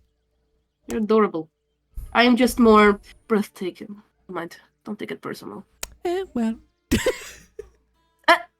Oh, you talk back? Okay. Oh, yes, I do. Now okay. My stuff, I need to pay for it. And she kind of scrounges up in her pockets. Well, if you'll need any assistance, if you'll need it, I am happy to give any of my information and skills to one of my own. Again, we both came from the same place. Of course. Let me be honest, I care about my people a bit more than up here. They're a bit meaner. Oh. Here is my... Wait, do we have business cards? You can have a business card if you want it. Alright, yeah, call me on some phone or by air, by pigeon. Call me by pigeon. On the telephone. Call me by pigeon. You basically give them a business card with the address, the Sunrise Plaza, and with your business name, the Torn Veil Whispers. Now, if anything, you just reach me here. I'm always working here, my dear. I see. Yes. You see that she takes a reasonably sized bag of gold and just like puts it onto the counter. Alright, and begins to scoop up all of her things again. Alright. Now, alright, don't worry about that. I take care of that. Kid pops up again, begins to open up, scrounge the coins. By the way, if they're in need of any service, I do provide more service than just my apothecary. You do know that, right? Oh, we all provide more than one thing here. Oh, you sly devil. No, I don't mean that. No. You're funny. I don't mean that. I mean, I provide... well, I like to call it the truth, but people like to call it readings. How simple. You do readings as well? You read tarot? Oh, my dear, not tarot. Something beyond tarot. And enlighten me, my dearest. What is that? You see that she takes out a crumpled piece of paper from her bonnet, and she kind of takes out a quill, stabs herself a little bit to get some blood, and then does some mad scribbling on it. And she hands you a mock-up business card with her information. Oh, with your blood. How formal. Mm-hmm. You see that it reads, Esmeralda and the Caravan of Such Wonder. Oh my god, este pinche puta, bro. Oh my god. Oh, I take it. I take it with a pinch. You know, I like to keep myself sanitary, just in case, you know. You know, I've been, you know, blood can transfer stuff. Not that, no offense. No offense, of course. Of course. I doubt you are deceased. Of course, look at you. Oh, you never know what I am. Yeah. One thing I don't. Gorgeous. Anyways. Of course. I put it. Kid, come here! Kid, like, pops up, takes the card. snatches it. Thank you, my darling. Go, go, go. Well, I'm off. And she like, carries it all. Did she pay? No. She left a big bag of gold. Okay. And actually, while you're looking at the bag of gold, give me a general intelligence check. I'm so scared right now. I'm so not beyond the gates. DD beyond. Oh my god. I'm freaking out right now. This thing is freaking me over. Freaking out right now. It's screwing me over. Beyond the gates of heaven. Shut up. Sorry. Perception, you said? Give me investigation. Why is my sheet pink? Do that to me. Who made my sheet pink? You said persuasion or perception? Investigation. Oh, okay. Sorry. I kept, like, hearing... My brain just wanted to hear one thing, I guess. Nat 20! Are you fucking kidding me? Oh, goddamn. The first Nat 20! So... Bruh. That's crazy. Not only do you notice that Esmeralda overpaid, she left some over as a tip, but you pick up one of the coins and examine it. Is it fake? You get the odd feeling, because this coin is new. It is pristine. She did not get this through natural means. And as you're holding it, there's a bit of magic that comes off of it that you just sense ever so slightly. Is it blood This money? bitch is counterfeiting. Is it counterfeit? I got with a nat 20 investigation, it's real. It's a real golden coin, but it's too new. Okay, like fresh so off the press. Is it blood money? Like, wait, fresh off the press? So she just come from the bank or something? She's printing money. You don't know. It's real. It's real. You see that it's real gold. You can print real money. It is real gold that has been printed very recently and has a bit of magic on it. Can I sense the magic some way? Somewhat, you do.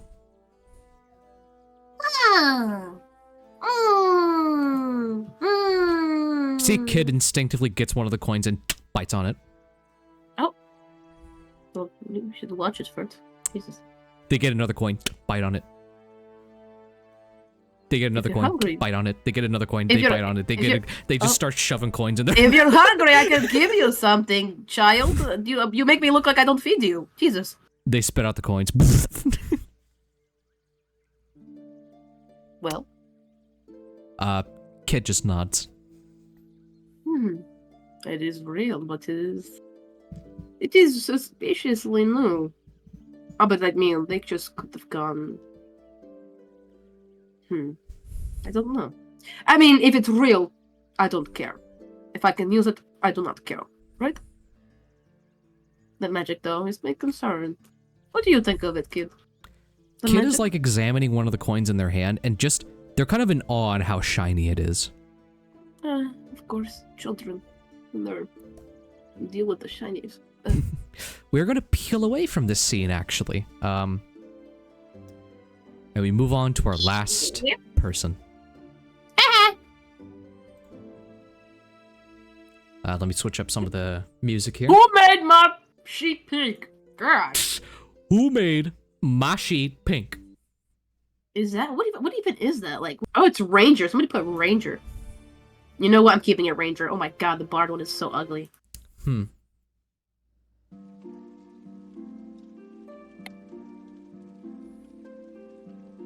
Oh no. We begin to move on back to the Sunrise Plaza. We see people walking to and fro. But we see something in the alley.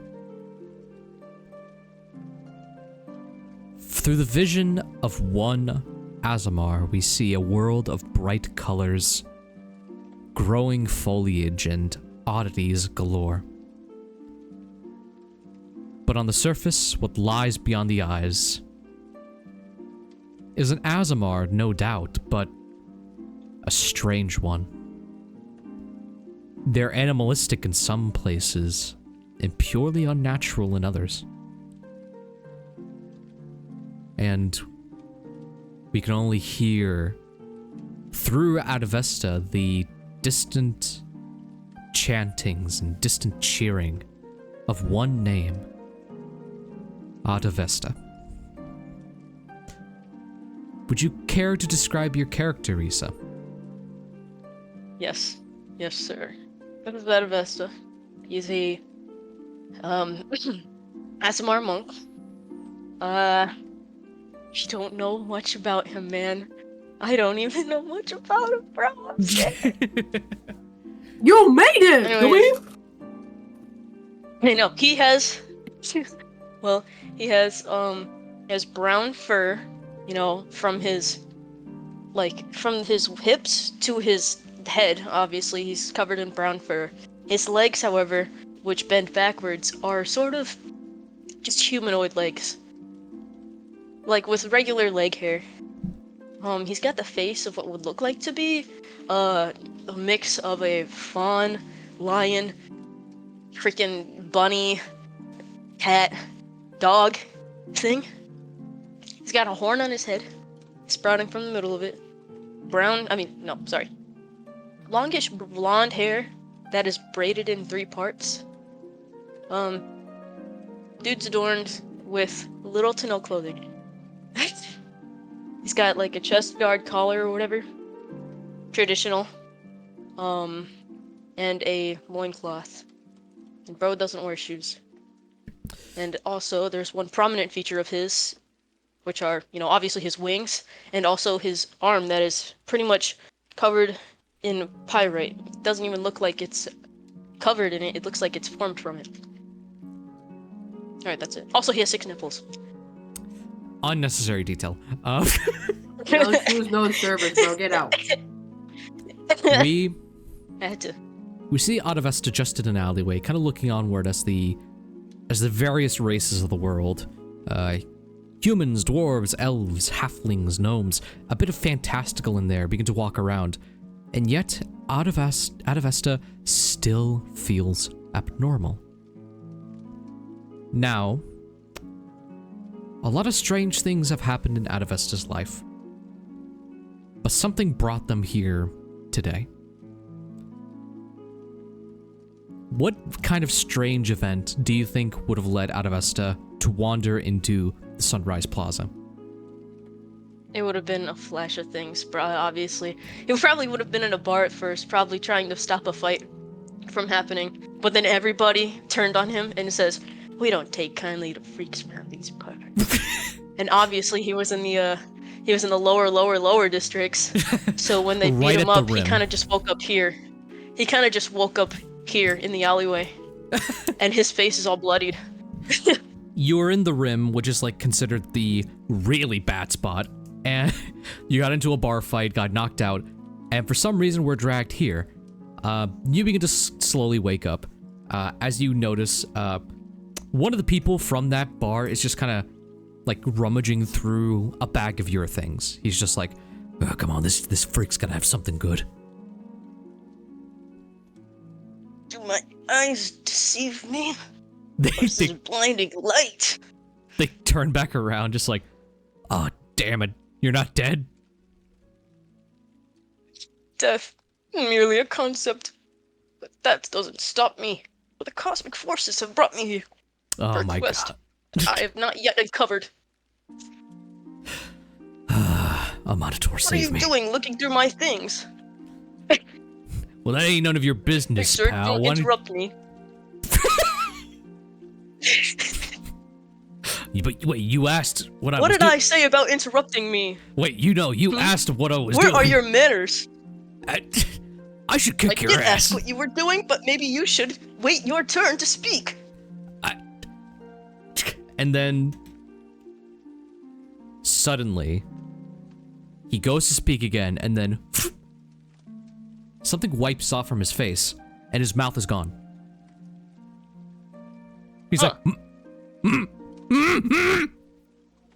What a misfortune that has fallen upon you.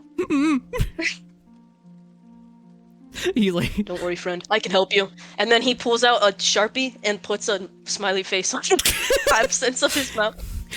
quill and ink, thank you. And then you you draw a mouth on. He's just like, oh no, my voice, no. What have you done to me? Peculiar. You don't know what's going on here. Oh well, I should gather my things and get off now. You go ahead and pick up the bag. The guy's like touching his mouth, some of the ink smearing off, just like, oh no, and he like they run off. Not dry yet. Well, bro gathers his things and like checks his flute.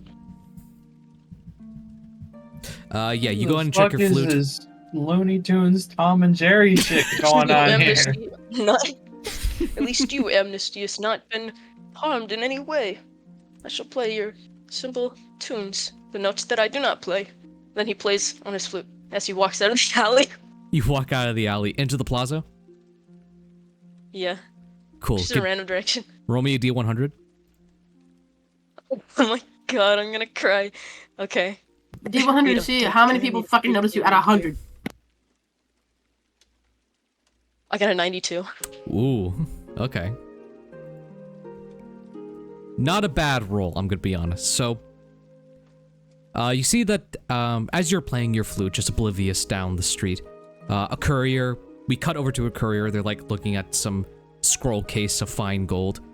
Okay, I think the address is somewhere. What? And then they slip on a banana peel, the scroll case kind of flies up, and then Adavesta, it just kind of bonks on your head, clattering on the ground. Oh. No, he actually goes.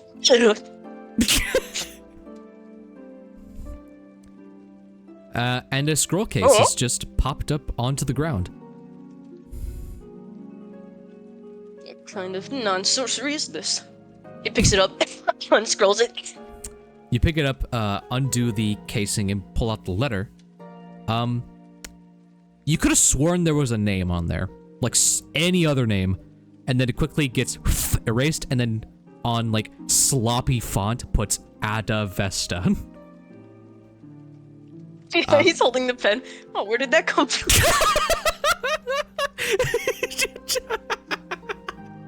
I fucking hate you! I'm so incredibly confused. Yeah, you like What is through a will outside of your own, you've crossed out whatever name this was and written your own name through some means. And now this letter is obviously to you, like your name's on it. And then he's gonna read, and he's gonna say, reading, pretending to read. Reading, pretending to read. We have been observing you for some time through divinatory means. Through our reclamation initiative, we have sent down numerous scouts to survey the lands. We hope to see you there, inviting you to the Sunrise Plaza, which, hey, here you are. Someone has been watching me. An eyeball pops out from like a wall somewhere. Hey, get out of here! It just What the fuck is going on? pops out, runs away. I swear this is just an elaborate plan What to is get it? rid of Adavesta. This is Gear 5 Luffy. This is what's happening. Is Adavesta is just Gear 5 Luffy. That's what's happening here. Oh, He scratches his ass and reads the letter again, and proceeds to roll it back up and say, "It's obvious. Astra has been calling me. This is my time. Time to finally prove my cosmic forces." Wrong. And then he walks in a random direction, not knowing where the hell to go. His tail, like, sways back and forth, probably hits a child. okay. Yeah, you're just kind of walking circles around the plaza. Literally circles. Okay. His legs bend so unnaturally, it's disgusting. Oh yeah, you kind of forgot to mention, your knees kind of buckle backwards like a flamingo. Mm-hmm. I thought their knees were on the back of their legs. Why don't you go ahead and give They that don't know. explanation? Yes, they are. His leg anatomy is backwards. Awesome. So what? It's just fucked up until you get to his ankles, and then it's normal. Yeah, and his butt. And crotch area. Amazing. Wonderful. A few hours passed as one by one, finally, people begin to converge. We first see Gulbrand, along with some other residents of the lower districts, begin to make their way. In the same crowd, we find Sir. Gulbrand and Sir kind of walking around in a bit of the same crowd. Riding on horseback, we see Joseph Smith parking your horse over to... it's kind of like a bike rack of sorts, but instead it's for horses and various other steeds. Soon enough, well, not soon enough, Adavesta is still walking circles, not knowing where to go. Bellamy soon after arrives, on a winged griffin being dropped off by another knight. And Saffron goes ahead to their break. Of course, being the owner of the shop, you have to take breaks, and yours is taking a lovely walk down the plaza. I need a smoke so fucking bad right now. I need a cigarette. I need a cigarette. Does anybody get medieval weed? And so, finally now, I get to pass this on to you. I will let you know the various spots, points of interest here in the plaza. You see that there are two restaurants, one of them having a bit of a Tumnarian theme, that being the theme of fall and of snow. You see one that is a bit of a Saltaran themed, springtime and white pillars and such. You see that there's a general goods store, type tavern. The fountain in the center with a holy woman statue at the center. Her eyes kind of streaming down tears, which are supposed to be the running water. There's a potions shop with a sign waving, saying the Torn Veil Whispers. And you see that there is a clothing shop, which, from a glance, seems to sparkle in the sunlight. Along with that, you also see that there is a blacksmith's. There's a woman out there just taking steel to steel, sparks flying. And apart from all that, you see people walking down, paying their respects to the fountains, going through various shops. And you can all plainly see that there is some abomination walking circles in the center of town. And so I now pass it on to you. What would you all like to do? What in the fuck is that thing? Where the goddamn shit is my cigarette? Black. Arthur, I would like to report my captain for attempting to convince me not to desert. Shit. That was I a would- real request. I would absolutely like to do I that. want to see if my money is legal too. My captain literally was like, "Hey, when you get there, you should desert, and I want to report them." I'm snitching again. Snitches don't get stitches when you die. Let's actually cut back on that griffin ride. It's like a knight, like, riding you on a griffin, just like, we're heading for Sunrise Plaza soon here, Sir Bellamy. Okay. It's a bit odd that you want to go there. Do you have assignments? Yes. Okay, I guess I'll just keep my mouth shut. It's probably a good idea. You land upon the griffin, they look over to you. Well, I guess I'm dropping you off here. Anything to report back? To you? I guess not. And he just takes off. Yeah? Like, brother, you're a glorified taxi. I ain't telling you shit. I did kind of illuminate that this was a night, so it would have been an official you could have reported. No, I want to go to my captain's superior. Oh, okay. Wait, at least give him 5 stars before my he captain leaves. in trouble. At least give him 5 stars before he leaves. My captain tried to convince me to desert. Okay. In my eyes, he's a fucking traitor. Okay, so let me get a time frame. Would you have done that before or after? Before. Okay. That's the first thing I'm doing. Wonderful. You go into the barracks of the castle, and you pass by a lot of the captain's quarters. Basically the general of the army is who you would want to talk to. Yeah. Go ahead and roll me a D100. What's the likelihood of him being there? Go ahead and roll me that real quick.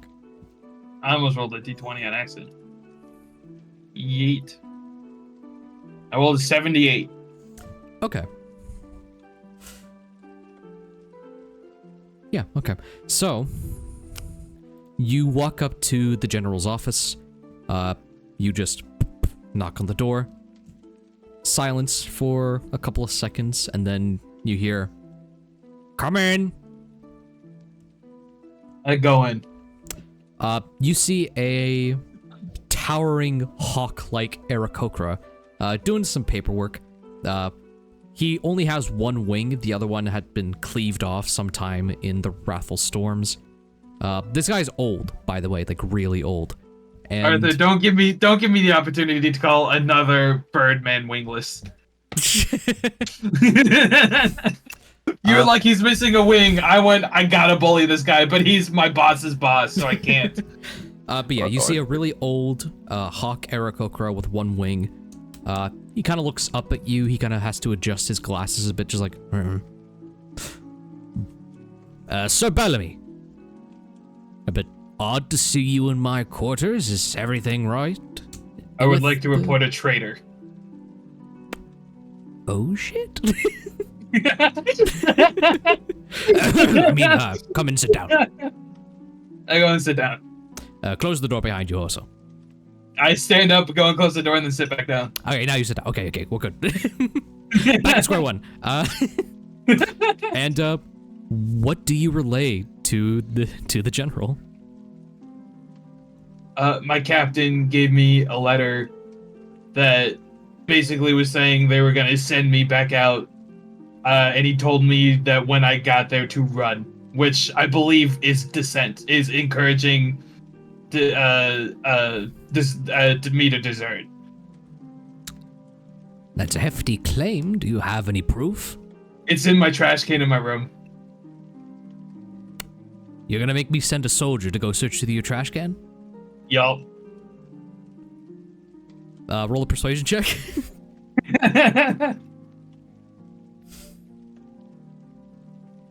Persuasion. It's crazy that he could have just brought it with him.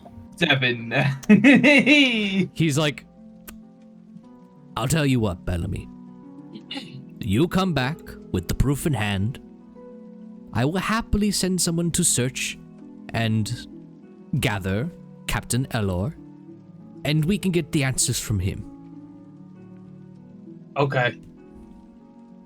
I stand up and I leave. I leave his door open as well. I open the door, walk out, and don't close it. Gonna make an old man get up. He gets up. He has to grab a walker. You hear from in the he's hallway. He's so old. He has to get up and get a walker. No, I'm kidding. Yeah, I'll go to my room and I'll get the piece of the letter out my trash can and then go back. Okay, roll me another persuasion check with advantage this time. Ayo. And I'll pull out the original letter and be like, see, these fit together. I tore it off. Okay, cool. First one was a 13, and then with advantage, it's a 17. Okay, he looks over the evidence. This is troubling. Thank you for your service, Captain Bellamy. We will be sure to ask Captain Elor for more information. No problem. And I get up and leave. This time I close his door. He gives you a salute. A fine service to Historia. And... God damn it, I have to close my door again. And I close his door this time. Okay. This time I do close his door. And, yeah. Last thing you see before taking off on the Griffin are a couple of knights going into Captain Elor's quarters. Bellamy just smirks to himself for a second and then leaves to go to the place. And we're back in the plaza. And we're back, baby. Adavesta still being a freak. Yo, what the fuck is that he's- thing? He's looking at a potted plant now. It's a beautiful He plant. says to himself quietly. He says to himself quietly, with an echo trailing behind him. Life. What drugs are Tell you me on? I about want it. What drugs are you? I want. I whatever drugs you're on, I want them really bad. Joseph kind of like Serangelo looks walks up, around for someone in charge. Yeah, you just come up. You walked past this thing. Say life echoing off. Immediate reaction. Find someone in charge. You look at Bellamy. Bellamy has somewhere on his body a crest of Historia. It's underneath all the dark leathers. He looks to be one of the highest officials there, apart from the regular plaza guard. What is my rank? I don't know if we ever talked about that. What's my rank here? We never did talk about it. So, you're above basic foot soldiers. You're basically a... Like me. Yeah, you're above Joseph. And Okay. You're basically a field commander. That's like your military rank. So Okay. you outrank soldiers and town guards. Okay. Yeah, Joseph kind of like rides over to him on his horse and excuse me, do you happen to be in charge here? Bellamy just gives you a look that's like, please don't make me do my job. He points at Avesta. What is that? I I have don't no idea. I don't even know how to describe it. Their knees are backwards and I don't get it. Why are they naked? Well, almost. You know, I didn't notice that part until you pointed it out. I started, like, hard focused on the fact that their knees were backwards. I feel like there's bigger issues on them than their knees, but okay. One problem at a time. Meanwhile, Adavesta, you're bent down, like at this flower. You just said, "Life," and it just echoes off. The flower immediately wilts. Dude, what is this reality warping power that Adavesta has?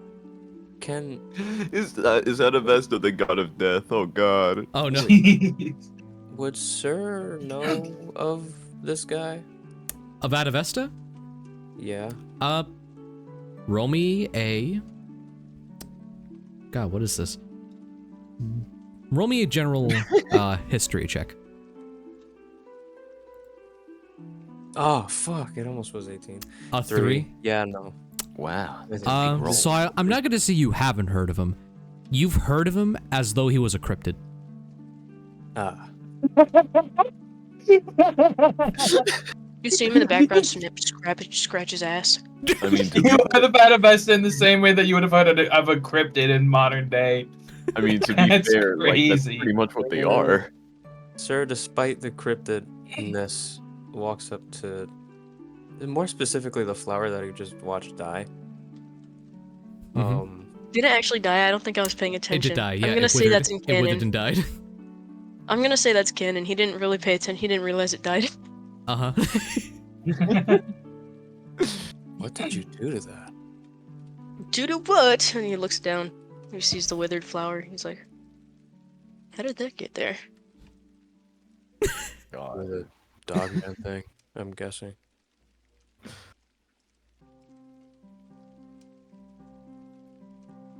Hello? He like snaps in your face. He kind of just stares off, his eyes drifting. I don't know. I wish I knew myself. However, I cannot stick to the compounds and confines of a label. That is just not me. Not me.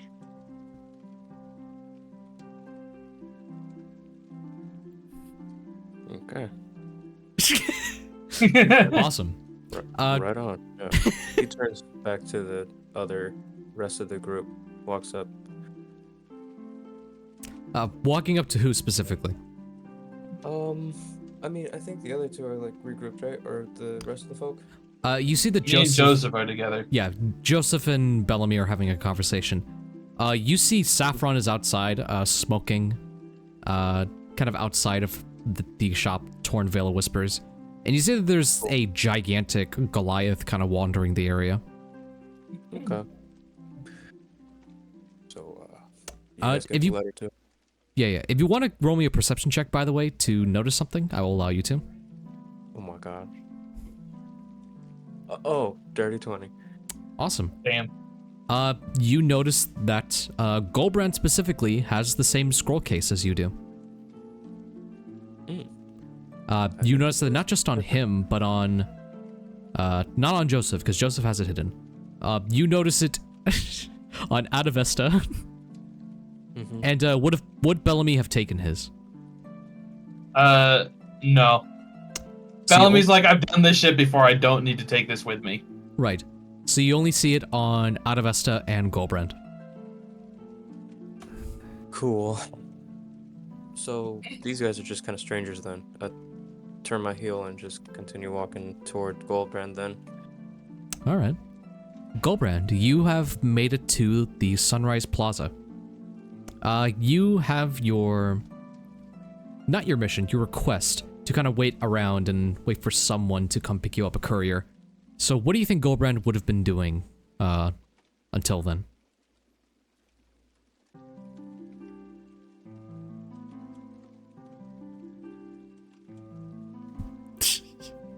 Filing his nails.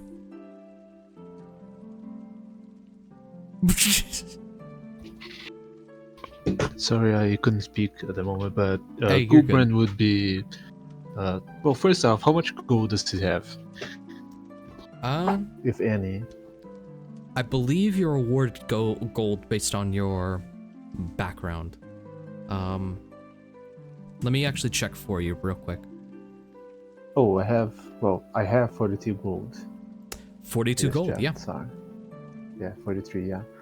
43. I'm gonna check on I have 0. magic shop, magic items Okay. shop. Coolio. I have more than Bellamy. I have 4. I lost all my money at the slot machines. And he took all my money. The house always wins.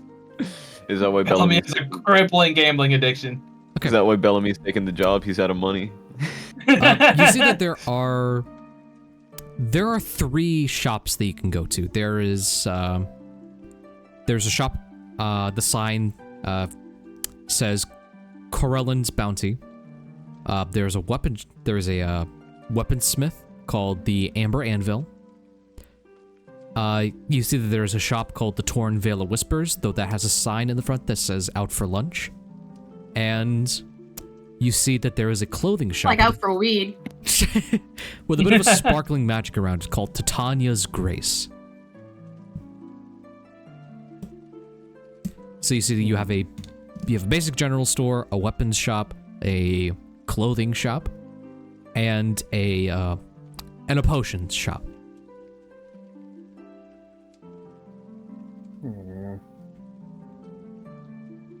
I want to go for the general store, the general magic store. The one that seems to sell common magic items. In general. From the outside, you would hope that would be the case. So, you walk inside, and let me change up the music so we can get a good vibe here.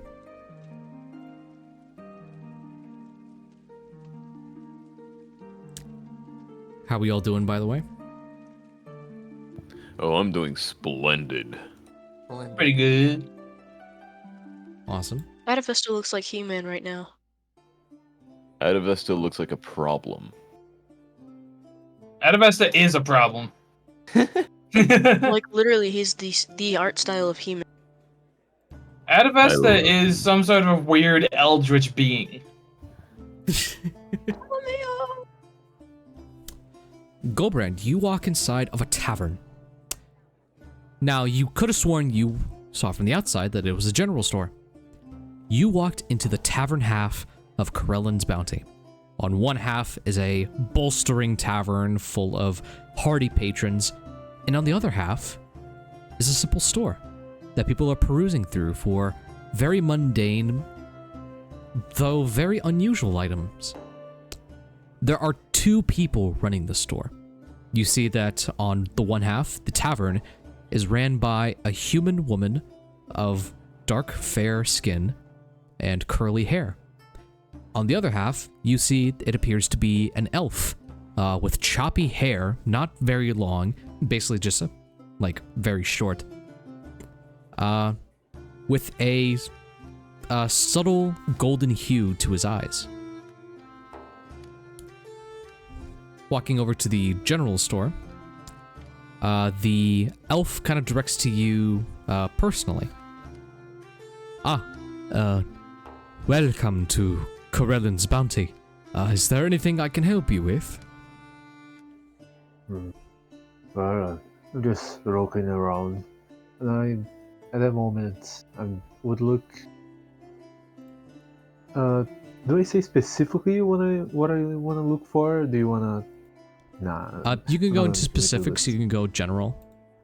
Yeah. Do I roll investigation for it? It depends on what you're looking for. Well, he's gonna look for a perfume first. Sorry, I could not hear you. It kind of chopped up a little bit. He's gonna look for a perfume. A perfume? A Yes. parfum? Oh. Parfum. Yeah. Oh, Perfume. a perfume. Okay. Yes. Yeah, go and roll me investigation. No. I thought that A was a one. 5. You see that there is a perfume bottle right on the counter of the High Elf's. It's right on the High Elf's counter. It is a small wooden perfume bottle with a bit of a copper nozzle to it. Oh, that one. I want that one. They look at the perfume bottle. Oh.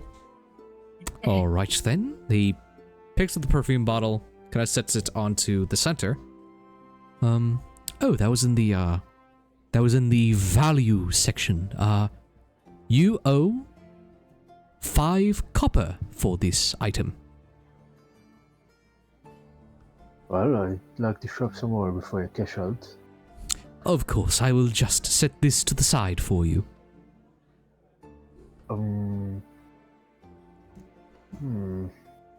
He begins looking around once again, and he looks for a broom, or at least a broom stack. Like a lot of brooms. You know, the one that cleans. Right, okay. Give me a investigation check. See if you can look for a broom. No. 17. A 17. All right. Don't find it. Okay. You find a mop, actually. Sorry. No. Give me 1 second so I can look for an item. I mean, I'm looking for a very specific broom if you need the name, if that's... Mm-hmm. Ooh. Oh no. You got a 17, right? Yeah. Okay. You see that there are 2 broomsticks in the corner. Both of them appear to be odd. They're both like of crooked wood. The bristles are oddly cleaned. Without having an aura of magic to you, it'd be hard to discern what any of these brooms do. But there are 2 of them here.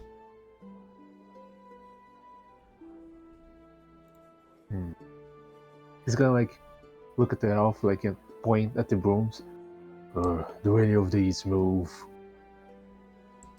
Move? Oh, yes, both of them move, actually.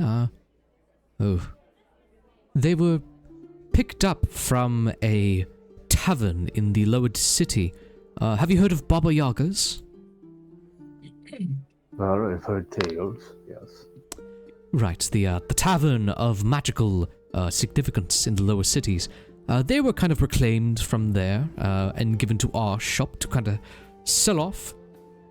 I don't know which one. I don't know what they do specifically, but they were erratic with their movements. Well, I'm assuming both of them moves. Both of them do a form of movement, I believe. And how much for one of them? Let me pull it up for you in the ledger. Let me go to my notes and see. You don't need to. Let's just make it 5 copper pieces as well. No. You know, they're old. You're not sure it is Baba Yaga's. One of the brooms eat your skin. Oh no. No. The broom doesn't move. I've been scammed. No. Goddamn, I thought I had the list of this somewhere. This was Baba Yaga's normal broom. Yes, Baba Yaga's completely normal, unassuming broom. No, I need to look up, Yeah.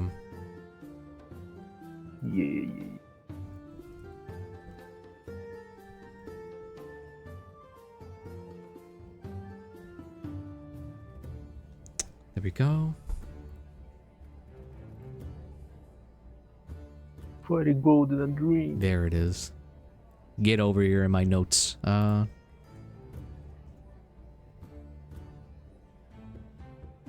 that's a very low quality image. Never mind.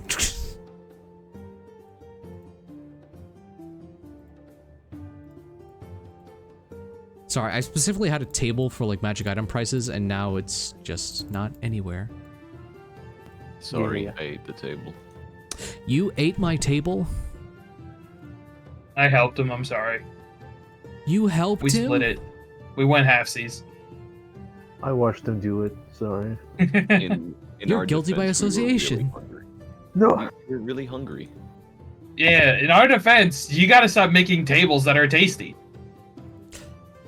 Well, I can't argue with that. I mean, it tastes good. It's putting it in my mouth. Okay, You should know this. Well, let me actually roll something for this guy here. See how much he really knows. Okay, let me see.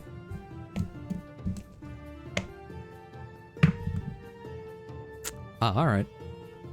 Oh no. Well, I could give both of them away for... They both contain magic, I know that. Let's say 50 gold pieces for 2? for both of them. So 50 for the lot. And we'll say 25 for each. Well, can I just take a look at this perfume? I like to use it right now, and I hand him the 5 copper pieces. Oh, of course. Do you need help separating the gold from copper? I was just gonna put 5 copper and remove, but I'm afraid that... So you would just need to remove 1 gold and then add back 95 copper, because that's how much it gives you in change. 1 gold piece is 5 copper is 100 copper pieces. Oh. So this is a really fucked up economy. I knew it. No, I'm just kidding. Well, you gained your exploits outside of Historia, so Fair. Fair. I'm gonna use the perfume, which, in case you didn't know, gives a advantage on charisma checks, persuasion specifically, for an hour. Mm-hmm. For anybody that is indifferent, I'm assuming he's not an ally. No. So you think that's what it does? Remember, you rolled a 5, so I want you to roll me a Constitution saving throw. No. Wait, did I roll 5? For what exactly? You bought the perfume. Oh no. I'm gonna use it. For investigating that item. It's cursed.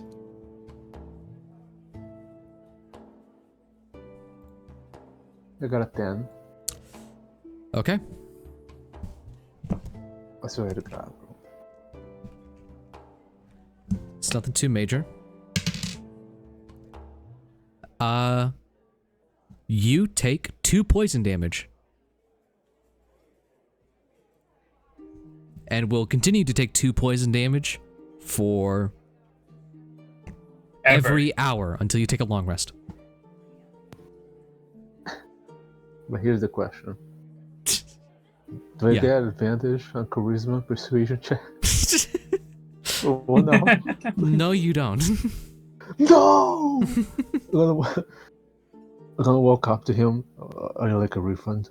You're gonna die. I'm sorry, Corellin's bounty does not do refunds. I'm gonna spray the perfume at him. Okay, he's gotta roll a con save. Okay. They didn't roll any con saves? What the fuck is it? No, I'm just kidding. He only takes 1 point of poison damage. He's like, you just do. Ew. Gross. Oh yeah, I don't know. I'm still not giving you a refund. Damn it. Right, I'll get on the brooms then. I was trying to get a discount, but I'm starting to doubt the quality of these items. In fact, before I buy this room, I'd like to see it move. Oh, well, that's a bit of a complication. To see it move, you have to attune to this item. Well, how do I know it isn't a scam like this perfume? Well, I never told you what it did, so technically not a scam. Well, I thought a perfume did what a perfume does, which is make you smell good. Well, no, don't you smell it? You smell like rosemary. Who's here? I'm dying. Well, to be honest, that's not my problem. Just give me the goddamn broom. I don't know, dude. Figure it out, I guess. Roll me intimidation. Roll me intimidation.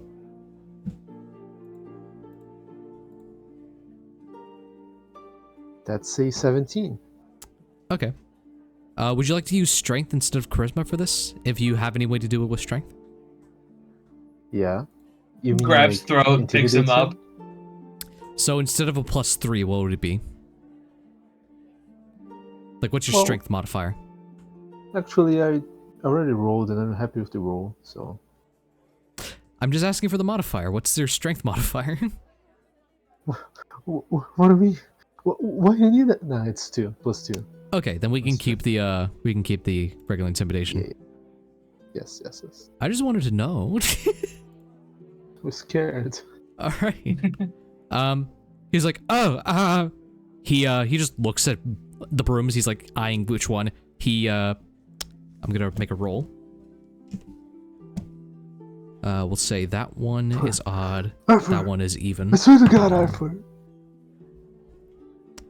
If this broom doesn't move, I'm gonna kill myself. He grabs one of the brooms, just tosses it at you. Just take the broom and leave. How much time is it to attune? An hour. Oh, God. Yeah, but he gave you the broom. What if it doesn't move? I mean, GG, Flemmy, I guess. Flemmy, what if I make a promise to you as a DM that no matter which broom you got, it moves? I wouldn't believe you. I'm traumatized. You're a liar. You I should was be deceived by ready that broom. room until we give you the real one. I'm tempted to take the other one as well, just in case. I will let you know if you do take the other one. He will become hostile. Well, before I go, and I'm the one becoming hostile pretty soon. Does he? I just walk up to him like, well, I've heard the talks of a certain cube that could summon other creatures. Honestly, I don't believe in such things, but I doubt you have it.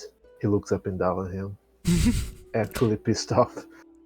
So what are you looking for? A cube of summoning. It's a rare item. Gotcha. Go ahead and roll me an investigation. Actually, you're just asking for it. You're not looking for it. So let's see. I'll roll a D100. Damn, bro, level 1 and already looking for rare items. He's technically got 2 in his possession. He does. Poisonous perfume and a broom that does in fact move. Does it? That is a 70. So, he like holds up his hand just like, I apologize, I do not have that sort of thing. It's a bit outside of, you know, my pay range.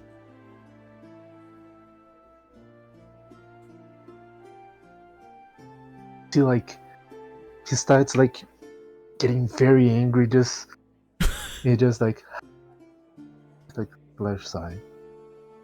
It's fine. You have a perfume that doesn't hurt me. That I might have, yes. He's gonna look around.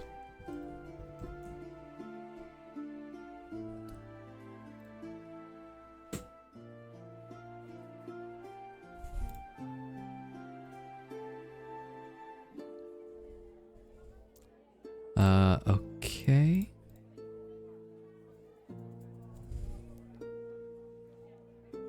Oh, okay. Let me look at something. Okay.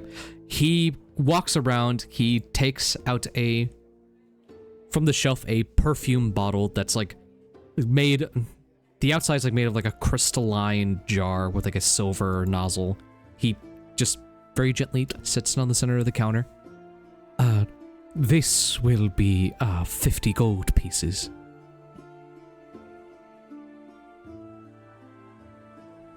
He looks at the perfume, looks at him. Just like back and forth, like baffled. And he uses the perfume on him and on himself and just runs away. He's gonna do one puff on the guy and one puff on the him and just run away. Do you take the perfume bottle?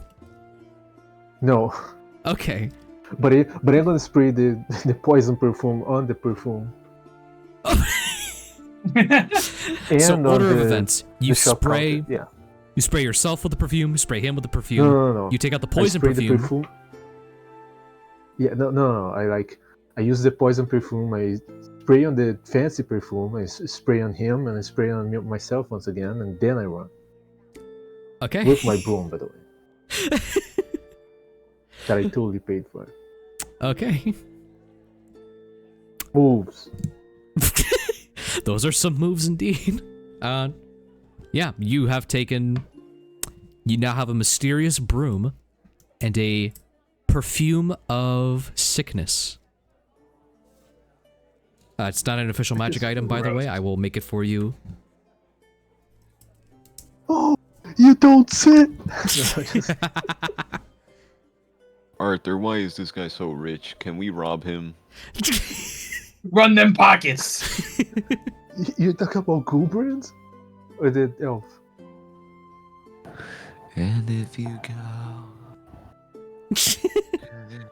Hopefully not Gulbrand, he just bought a 5 copper piece stale perfume, apparently. Stale perfume. Alright, cool. Made with ballsack oil. Goddamn. What is everyone else doing at the moment? Watching Adavesta. I think I smoked all the smoke I can smoke.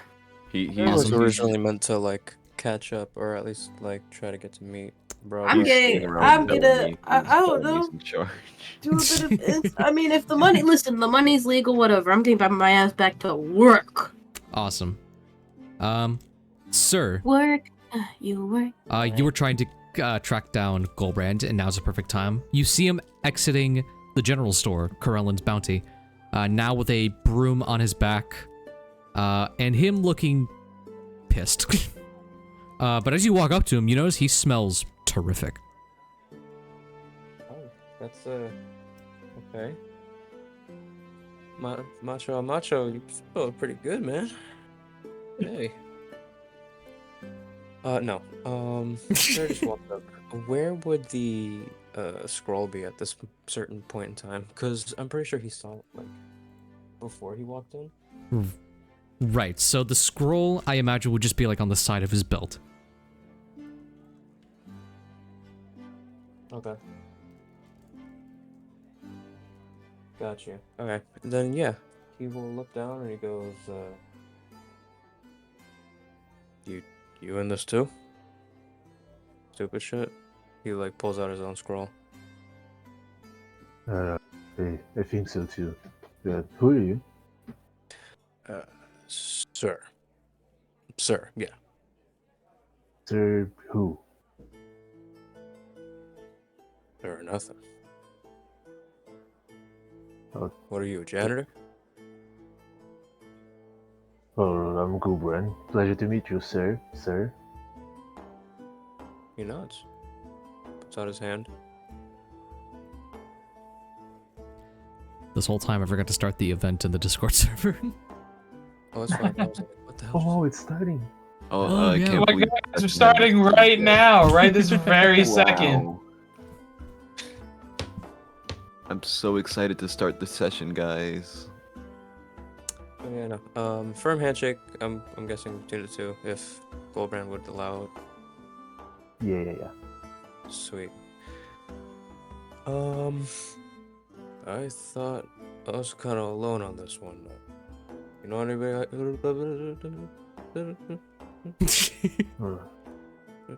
No interest. Not really. Puts another freaking cigar in his mouth. So wait, now you have 2 in your... Yeah. Man's trying to be smoker from One Piece. Nice. Do you have any idea of what this could possibly be, other than just like, rebuilding the city or whatever it says?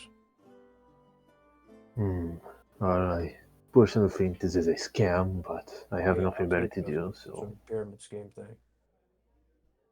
Yeah. I mean... I don't know, if you got it as well, then it'd be a very elaborate scam. What does that mean? Well, one thing is to scam somebody and run away with it, but you scam more than one person? Maybe it isn't a scam, maybe they actually want us help. You are way too hopeful about scams. I guess so.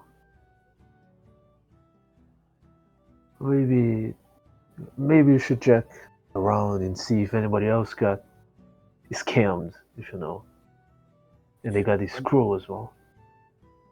Yeah, I'm pretty sure that like thing over there, killing all the freaking fauna, is a part of this too. Cause I ain't never seen him. I thought he was myth until just now. Gulbrand, you There- just now take notice to the freak of nature known as Adavesta. Scratches his ass again And and there should sniffs be it. no reason why that thing should be out from the lower district. Adavesta wants to Whoa, go whoa, into whoa, another racist! No, store. I'm just kidding. I would know. Damn, bruh. Oh my god. No, this can't be right. I'm gonna talk to them.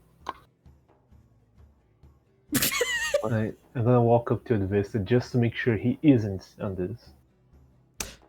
You walk up, and sure enough, Adavesta, like underneath, like one of his arms, he's holding that scroll, the golden one. No, This- he's not. All right then, where is it? Wait, it's up You'll his. have to guess. Well, I will not. maybe it is up his butt.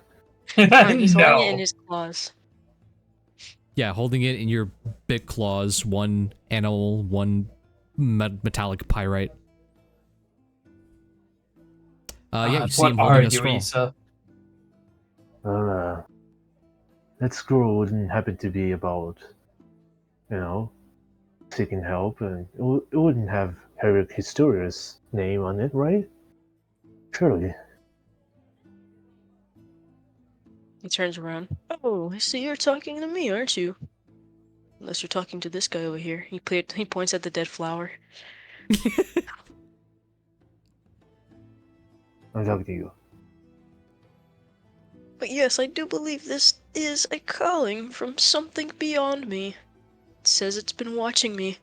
That freako, Watching. where did it go? What the fuck? He gets his perfume out, sprays himself again. He's Wait, got the good po- wait, the immunity poison to it at some one? point. Yeah, it's the third time he's done it. Oh, And you the sprayed second yourself twice willing- with the poison one. Well, yeah, one at the store incidents, accidentally. The second one was willingly, and the third one is right now. Why would you do that? All At right. yourself? or Sorry, at To I- build up Adavesta? immunity. That was my bad. I thought you sprayed yourself with the charming perfume. No. All I'm right. not then. gonna use the product. You take 6 poison damage. Yeah. Per hour? So you take 1d4 points of poison damage per hour, but you triple dosed, and so that's additional 2d4. To make it easier, you still take 1d4 every hour, but every time you spray yourself, that's an additional d4 automatically. So it's up to 6. Well, in total, you've taken 6 poison damage. So I take 6 damage right now. Right now, you do, yes. Okay. Okay, I'm a half. Guys, session on death. Maybe you should stop trying to smell. Maybe you things. should stop spraying yourself with the poison one. Do I have an advantage on persuasion checks yet? No! No! Well, I Wait, what's gotta test it happening? out. Adavesta, you saw Gulbrand spray himself again with a wooden perfume bottle with a copper nozzle. It smells of He's gonna rosemary. sniff it. You sniff Oh it? my Roll a God. con save. Uh-oh. No, Not a good thing for me. I was actually gonna Oh, use wait, a persuasion check to make him see if he wants a hug. I got a but- 19. A but never 19. mind. You know what? I'll go ahead and take that back because Gulbrand wanted to do something. I'm sorry. Gulbrand, what did you want to do? Well, I'm gonna use my advantage on persuasion, Mhm. and I'm gonna convince him to take a huff. To smell good. Okay, then. Would Adavesta comply with this? Not anymore. Oh, So we don't know when yet. asked to take a whiff, he would not. You'd be like, Well, let's see my advantage on persuasion no check. way. So Let's just take the lower number. That's a 6. Plus 1, 7. Well, yeah. I guess it doesn't All right, make if you're sense. going with the route of trying to convince him that this is like totally a normal perfume, Adavesta, with an intelligence that often eludes you, something tells you this isn't regular perfume. It's probably some stinky stuff. Well, first and way. foremost, they would know that. I don't believe they're specialists in perfumes, let alone magic items. Mhm. Secondly, I failed, so it doesn't matter. Secondly, I failed. So But yeah, I'm gonna now coffee up bloods, go back to Sir. Sure was like there the whole time. you see So I guess Gulbrand. Adavesta was just kind of staring at him. You see Gulbrand come back with a bit of blood dribbling down. Did you ask him if he was a part of the shit we're doing? Yeah. He was. Oh, He God. just looks at you like really dumbfounded and tired. If you can do another half. You're slurring your words. What'd you say?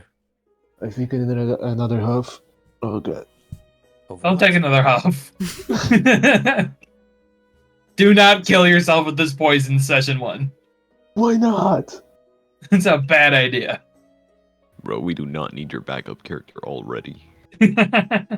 You sure? No, no. You sure? Yeah. You're like, I'll kill myself right now if you want me to. Okay.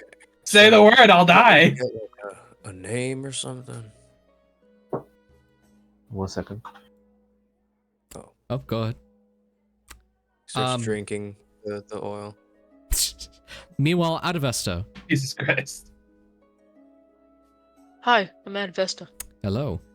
So, actually, Joseph and Bellamy were still talking about Adavesta. I've been watching. You just been watching? Watching Yeah, from afar. You and but not Joseph- getting involved. You and Joseph would have Dusted observed that interaction with Gulbrand and Adavesta. That Seeing guy them, coughed up fucking blood. yes, seeing them talk for a little bit. Bellamy, you notice that both of them have the same golden scrolls that you received. Oh no, I'm gonna have to go to another continent with these fuckers. Are you okay, Bellamy? You look Ooh, concerned. frittata. I'm so extremely concerned. I am in the where are you here for the settlement thing? Did you get a scroll?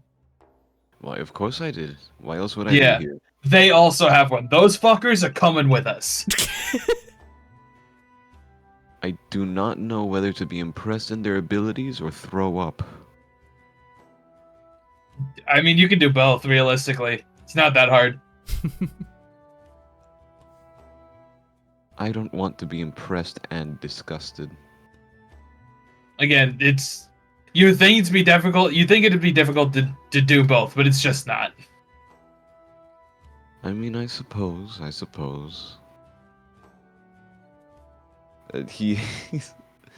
He's still like gagging. Like he looks at like Adavesta and just gags for a second. Adavesta smells himself and he's like, gasoline. If that exists. For sure not. It does now, apparently. Isn't that Adavesta's whole thing? Is they think something and it becomes real?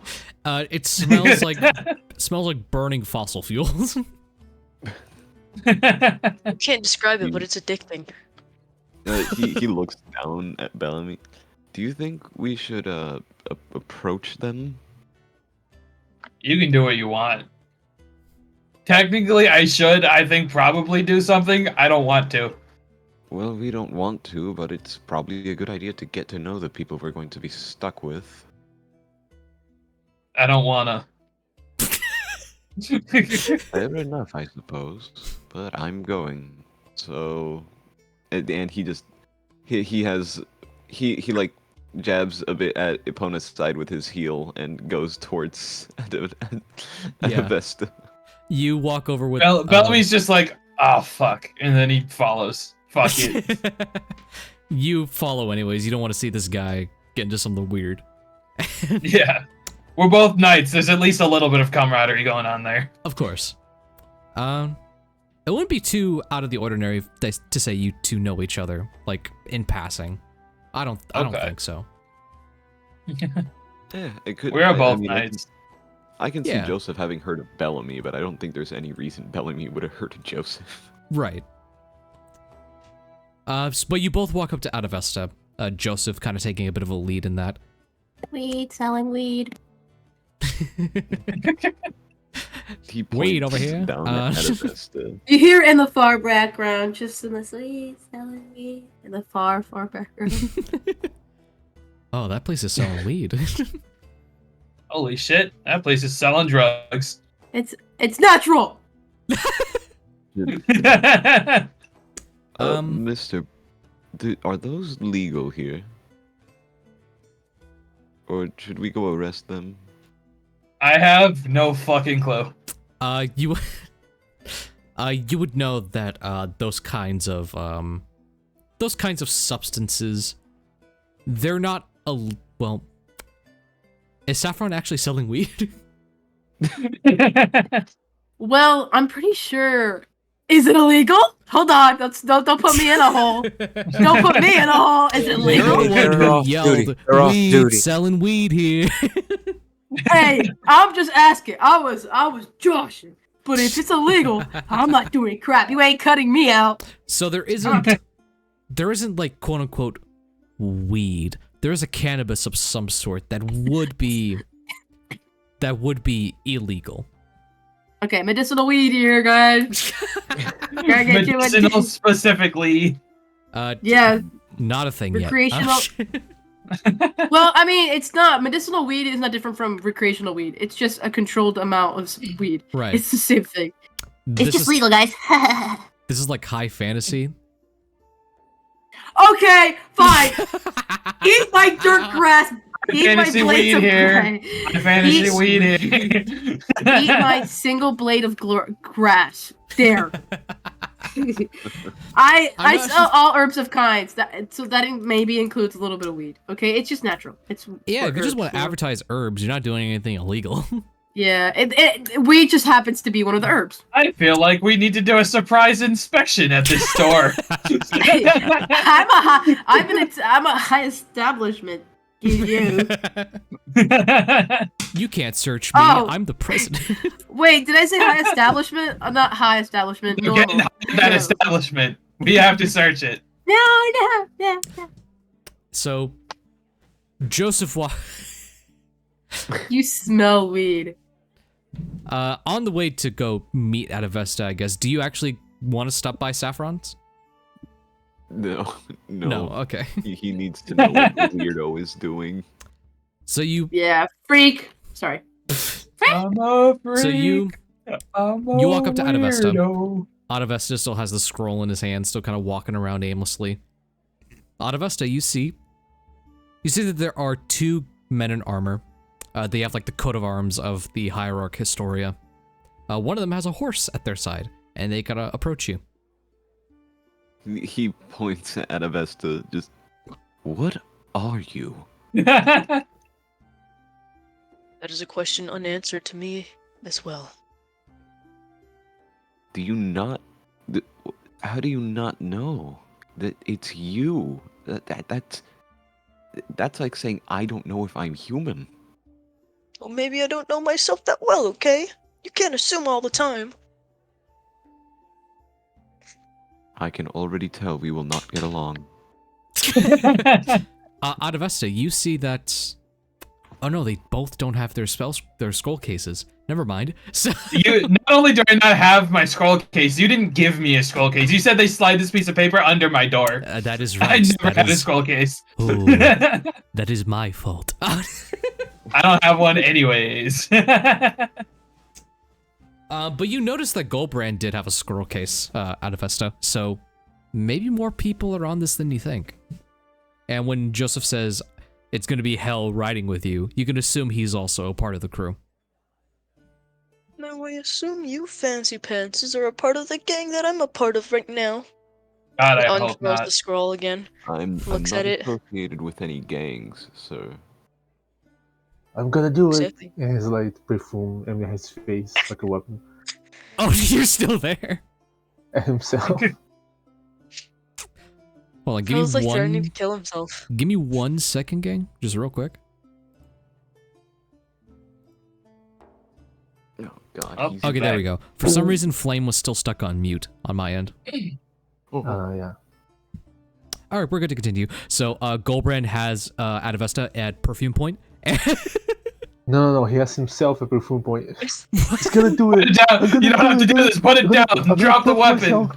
We can talk this out. Goldbrand and holds his hand out, and he's like, "Friend, there's no need to discontinue your life." You want some? I'm sorry, that's a perfume bottle. What do you mean discontinue your life? You don't have to do this, my amigo. You have so much to live for. Is Roll a there something D100, going on with this Adavesta? perfume bottle? Okay, I'll roll a D100. Is Adavesta like a wild magic sorcerer? Is that what bullshit's going on over here? No. Oh no. I'm gonna give Bellamy Okay. the perfume bottle, and can I? Well, I don't know if I can, if I should, if that's I got a the right 23. moment. Okay. Uh, So you... Ever, Yeah, no, go ahead. is it a bad time to just quickly walk out of this conversation, buy something, and go back? I should have waited until it's over. I mean, it's never a bad Asking for a time. I friend. mean, this is... It'd be rude. But I mean, no, like out of character, is this a good time? Or should I wait until the roleplay is up? Oh, I just want to know where everyone is at right now, because I had Adavesta roll something. So, you had the Yes. perfume. You're going to give it over to Bellamy. Yeah, so he can experiment. Okay, then. I take the perfume, I look at it, I just put it in my pocket. You can keep it. I don't care. So, Gulbrand, as like Adavesta was talking about, like, there's no need to end your life. You see a little chewinga, which is like this like little full black spirit with like a mask with a bunch of decals on it. You see him like do a little dance, jump off your shoulder, and plummet to his death. What the fuck just happened? I need to take a You have a breath. lot to live for. Unlike And that he guy, walks away. probably had nothing. 8 months out of a job. What did you just do? Do something to a person. What the fuck did you just do? Adavesta speaks in a text-to-speech voice. I don't know what you're talking about. What the fuck was that sound? What's happening? Please don't tell me you're also going down the path of damnation. Joseph like nudges What? him on the shoulder. Seems like you are. With all the dark clothes you got on there. Cheer up, Buttercup. I'm not trying to kill my. What are you talking about? That's what they all say. They all deny it. At first. The little chewinga is now on Bellamy's shoulder, like shaking their head, like. I punch it. I punch it. It goes flying. This trained knight suddenly has a spirit sitting on its shoulder. My first reaction is to punch it. Yes, you punch it. It goes. Try to catch it. Joseph, roll me a sleight of hand check. Hell yeah. Sleight of hand, you said? Mm-hmm. I got a 19. 19 for a dirty So a 20. You Dirty 20. catch it in your hand. You look inside.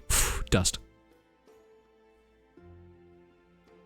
Jesus Christ. Joseph, I told you walking over here was a bad idea. Well, you All were the right, stress but now has we got have me some idea hankering of for what we're going to be chankering. dealing with. I don't want it. Adavesta, a whole hoagie appears in your hand. Holy shit, they I just could've solved gotten- world hunger. Bro, no, he's gonna look at the freaking hoagie. He's gonna like examine it. He's gonna be like, huh, should have gone with the grinder. He's gonna throw it over his shoulder. Let's see what else is on the menu. And he's gonna walk into a random store.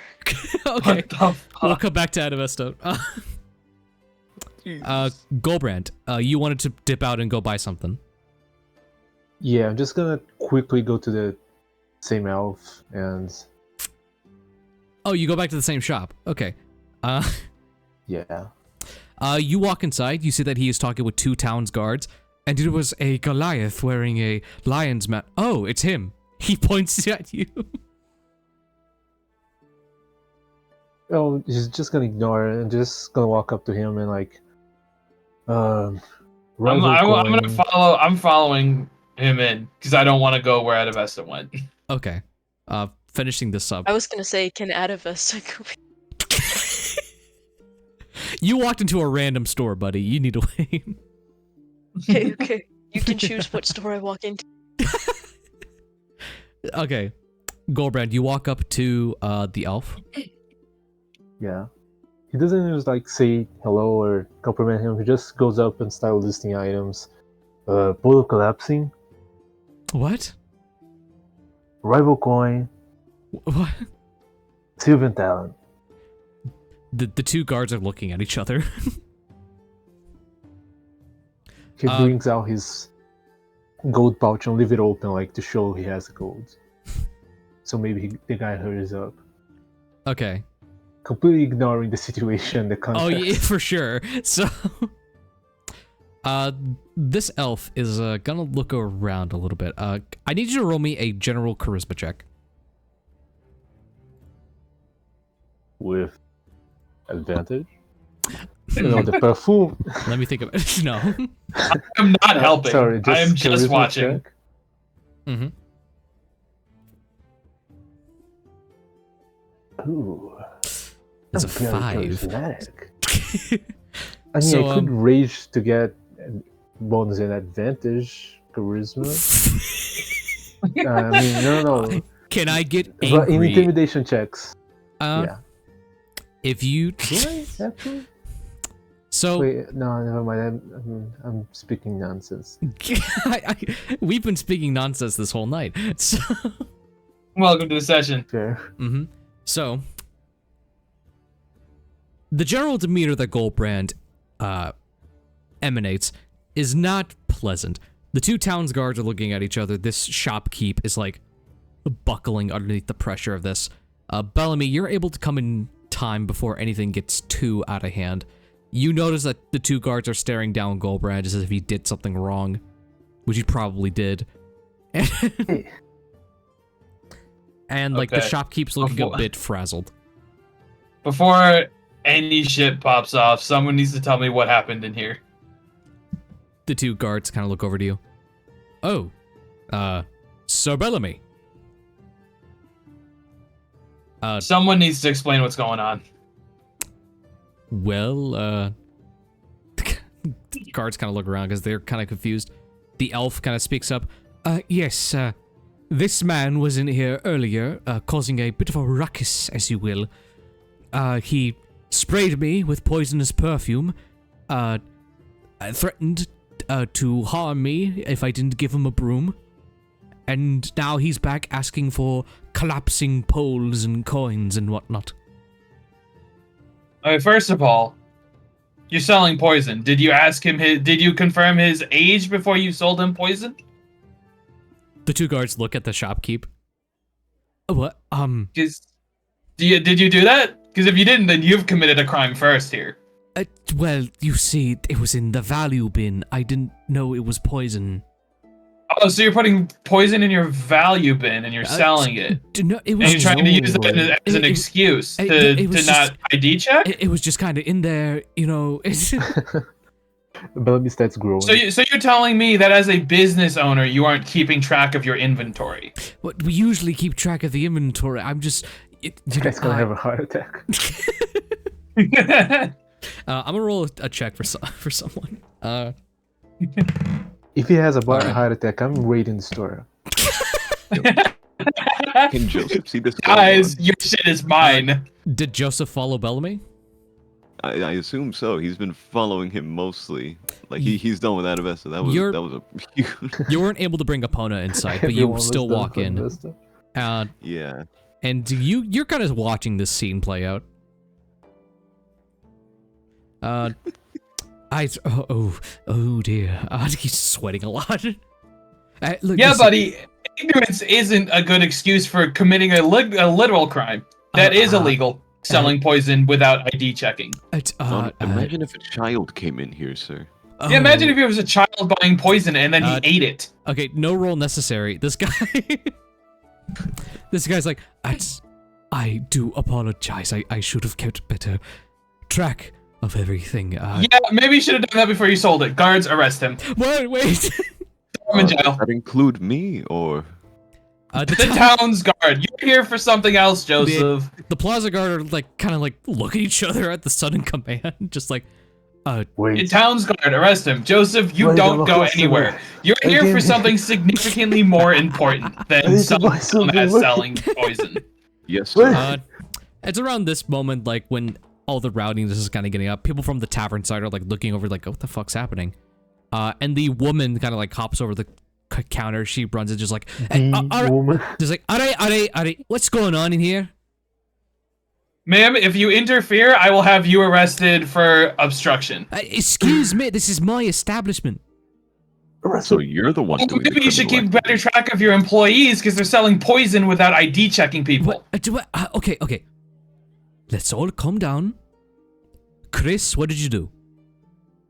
The elf is like standing there staring, just like, I don't know. It was, for Christ's sake. Look, Sir Bellamy, it's his first day on the job, alright? He didn't know.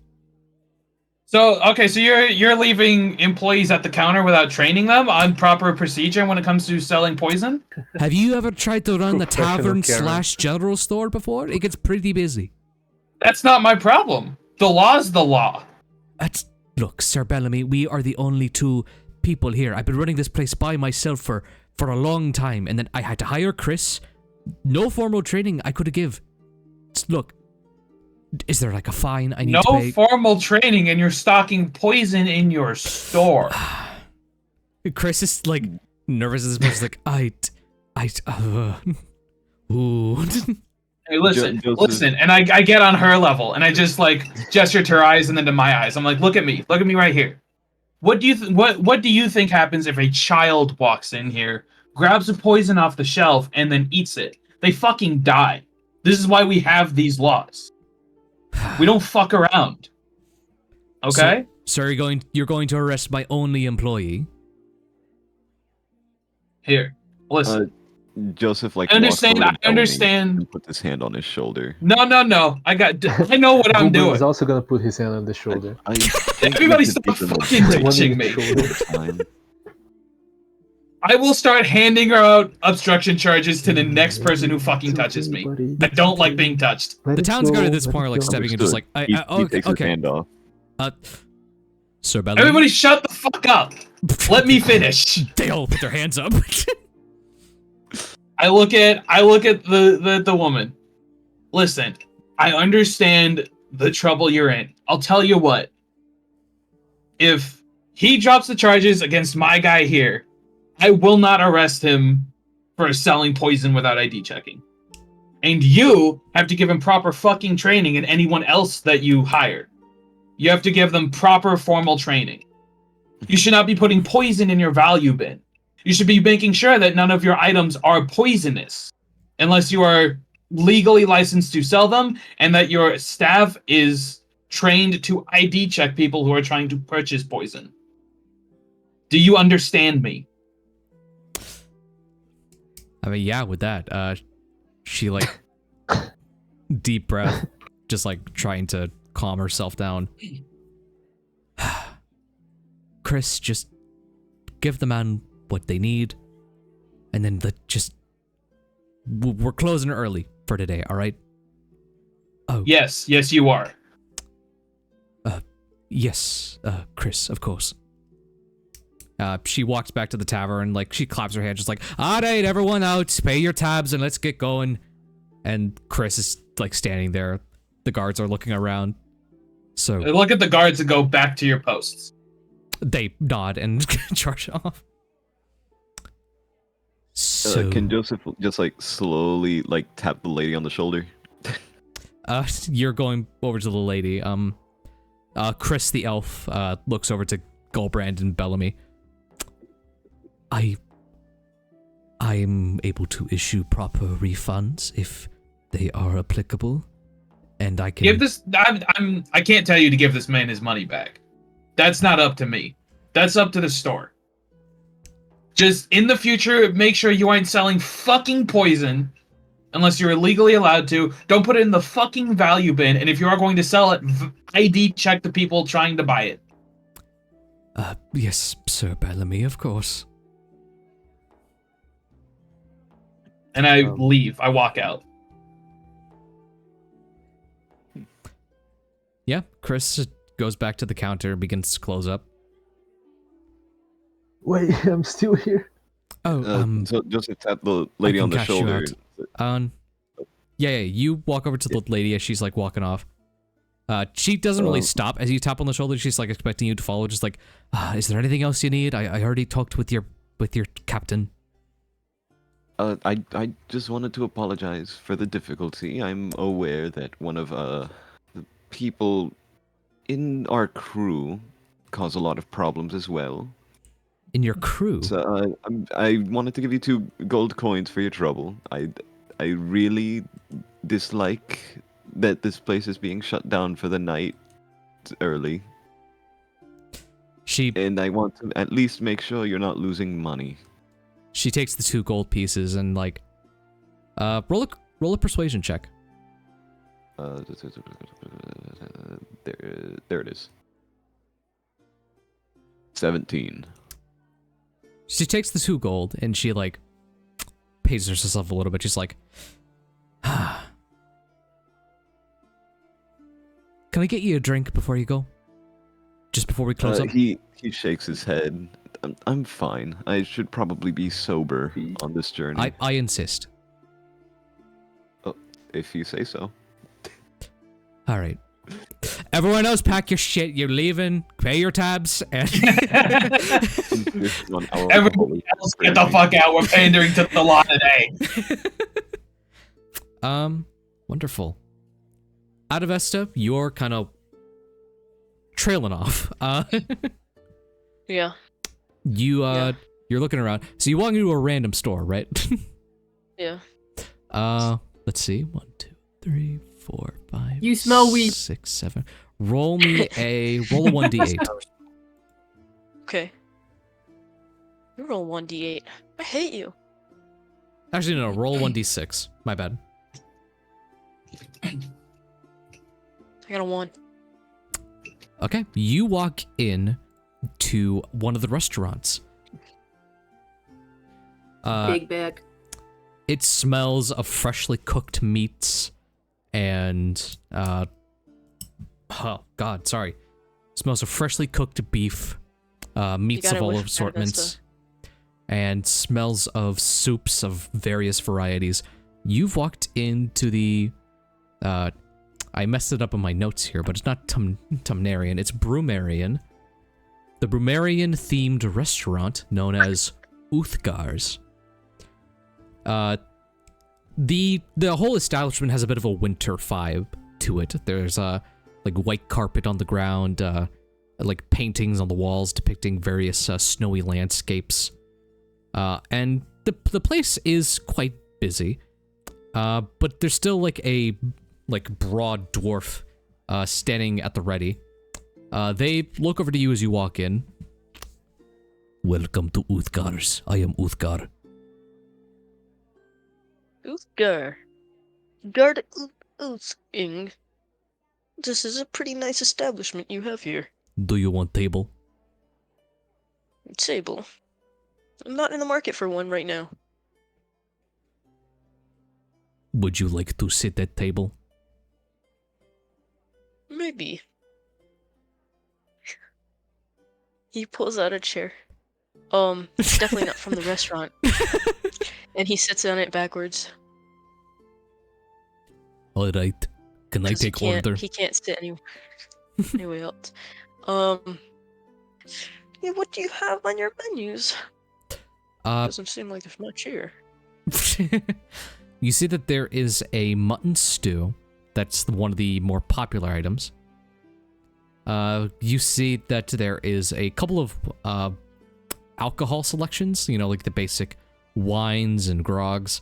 And then there's one that's called Mountain Dwarf Brew, As a bit of like a dessert option, you see that there is meat pies. There's too much stuff here. I don't think I can choose myself. Why don't you do it for me? Surprise me. Uthgar will surprise you. He walks He into the just kitchen. jump scares me. Five Nights at Freddy's. Turns into a full animatronic. Horror. He brings you one of the desserts, the meat pies. Oh, it's a dessert? Yes. Yeah.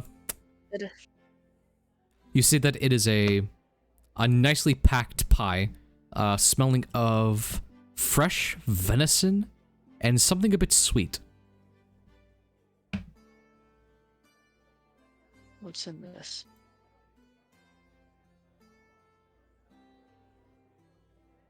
Did you hear me? I said, what's in this?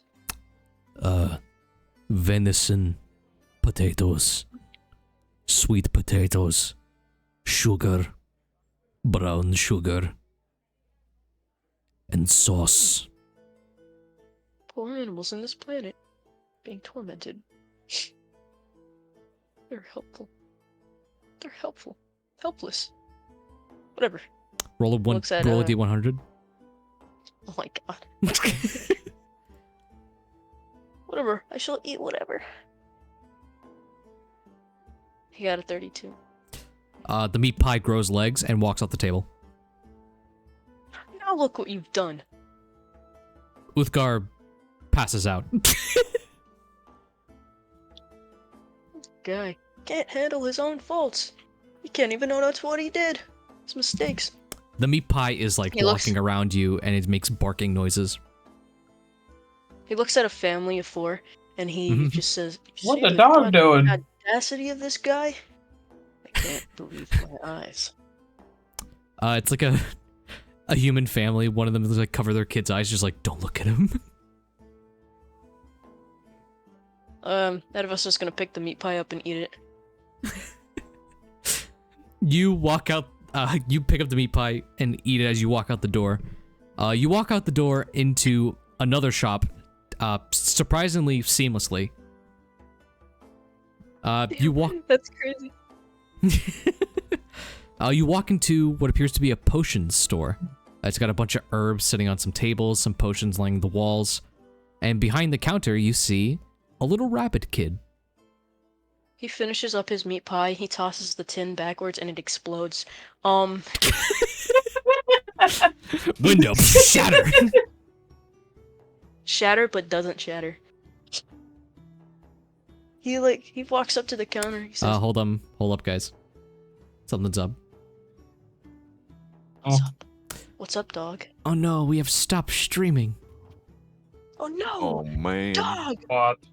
Then his boss, pretty much. I spent it. Okay, we are back online. Hey man, the dark leather is expensive. Back again. Okay. Joseph's back. Tell a friend. Alright, we can keep going with this stream for the remainder. And then I could just stitch the 2 recordings together. Thur. You know it. Coolio. Oh yeah, Thur. I love Major Pain. Yeah, so Adavesta, you walk into this potions shop. It's got a little bunny kid, or rabbit kid at the counter. You throw your pie backwards, explosion, glass shatters. We don't know where it came from, though. The bunny kid is like standing there pretty still, despite the explosion. And they reach up for a bell and just like ding, ding, ding, ding, ding, calling for Saffron to get to the front. This bunny kid looks sort of like me, with my ears and all. He like shakes his head and What his is ears it, darling? swing around. What is it? Who calls me? They point at Adavesta. Oh, thank you. I know how observant you are. And yes, sir. Do you... Oh my god. Can Sir also walk up? I cover Yeah. my mouth and I just look at him up and down. You are. Are you coming here to fix that? It's the Sir, legs. you walk in as that is being said. Adavesta looks down at his legs and then bends down with his legs. You see that horrifying Oh, scene. Sir's behind you, bro. Don't bend over. Don't bend over. Do not bend over. Do I recognize you? Who? A herb person over here. Saffron? Saffron? Yeah. Ooh, interesting Yeah, question. Do you Um, recognize me? Oh, um, Herbert. H. Okay, so let's do a bit of let's collaborate here. This is fun. So Saffron was in the lower city for a bit, and they were running some shops. And Yes. Sir was known to be a bit of a troublemaker in his youth, stealing from various shops. Oh, You bitch! I guess we have our link. Immediate anger. Haven't even decided if it has happened yet. Immediately. You bitch! No, I know who you are. I'm not stupid. Oh. Fuck. What? Seeing a lot of friendly faces are on the floor tonight. Hey, Yeah. you feel me? He, I hope you buy something this time. Yeah, it's been a minute, right? Yeah. You two got a thing for each other. Shut! What is wrong with you? Listen, So hard. I promise. Listen. I ship it. Shut. Oh my god, I hate you. Listen. Listen. Oh my god. What is this? Listen, listen, make a promise to me. I give you a little old town discount from back then. I could just sense Because the you're one of my people. And you don't steal anything, yes? pheromones. I mean,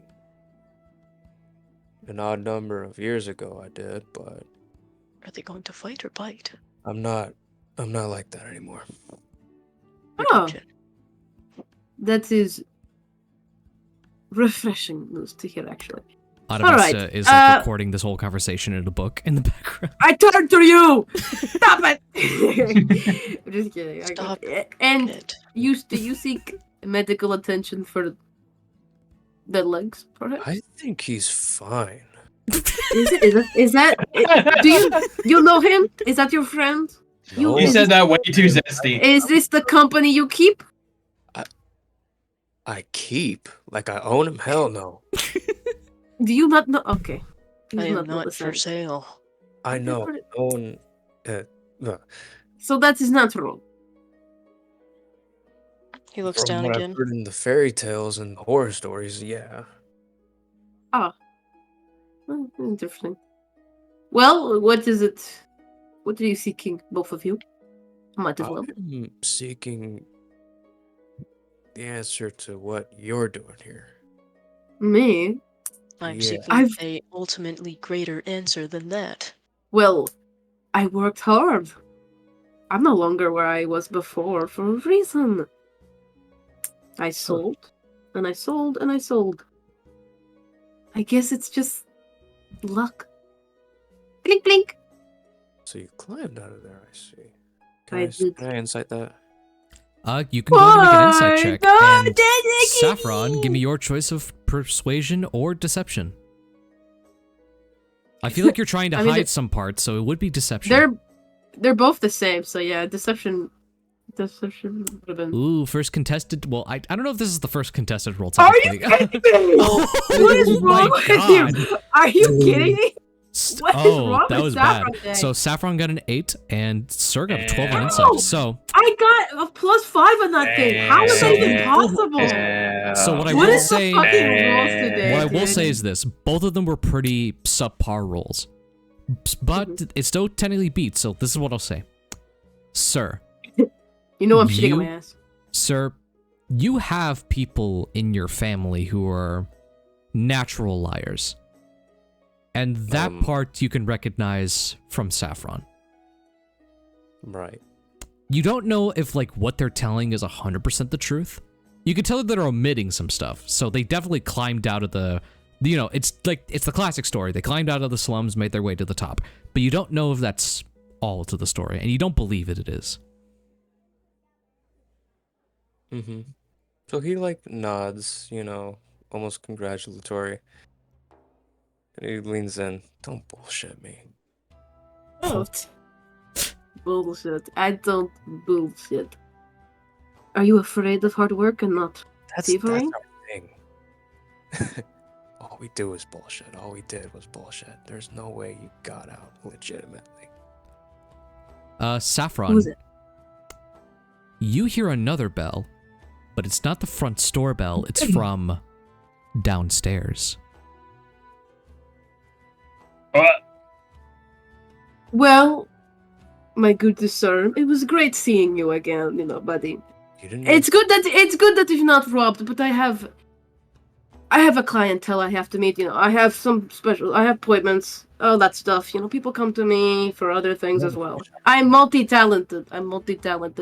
Kid, be beautiful for me. Help them too.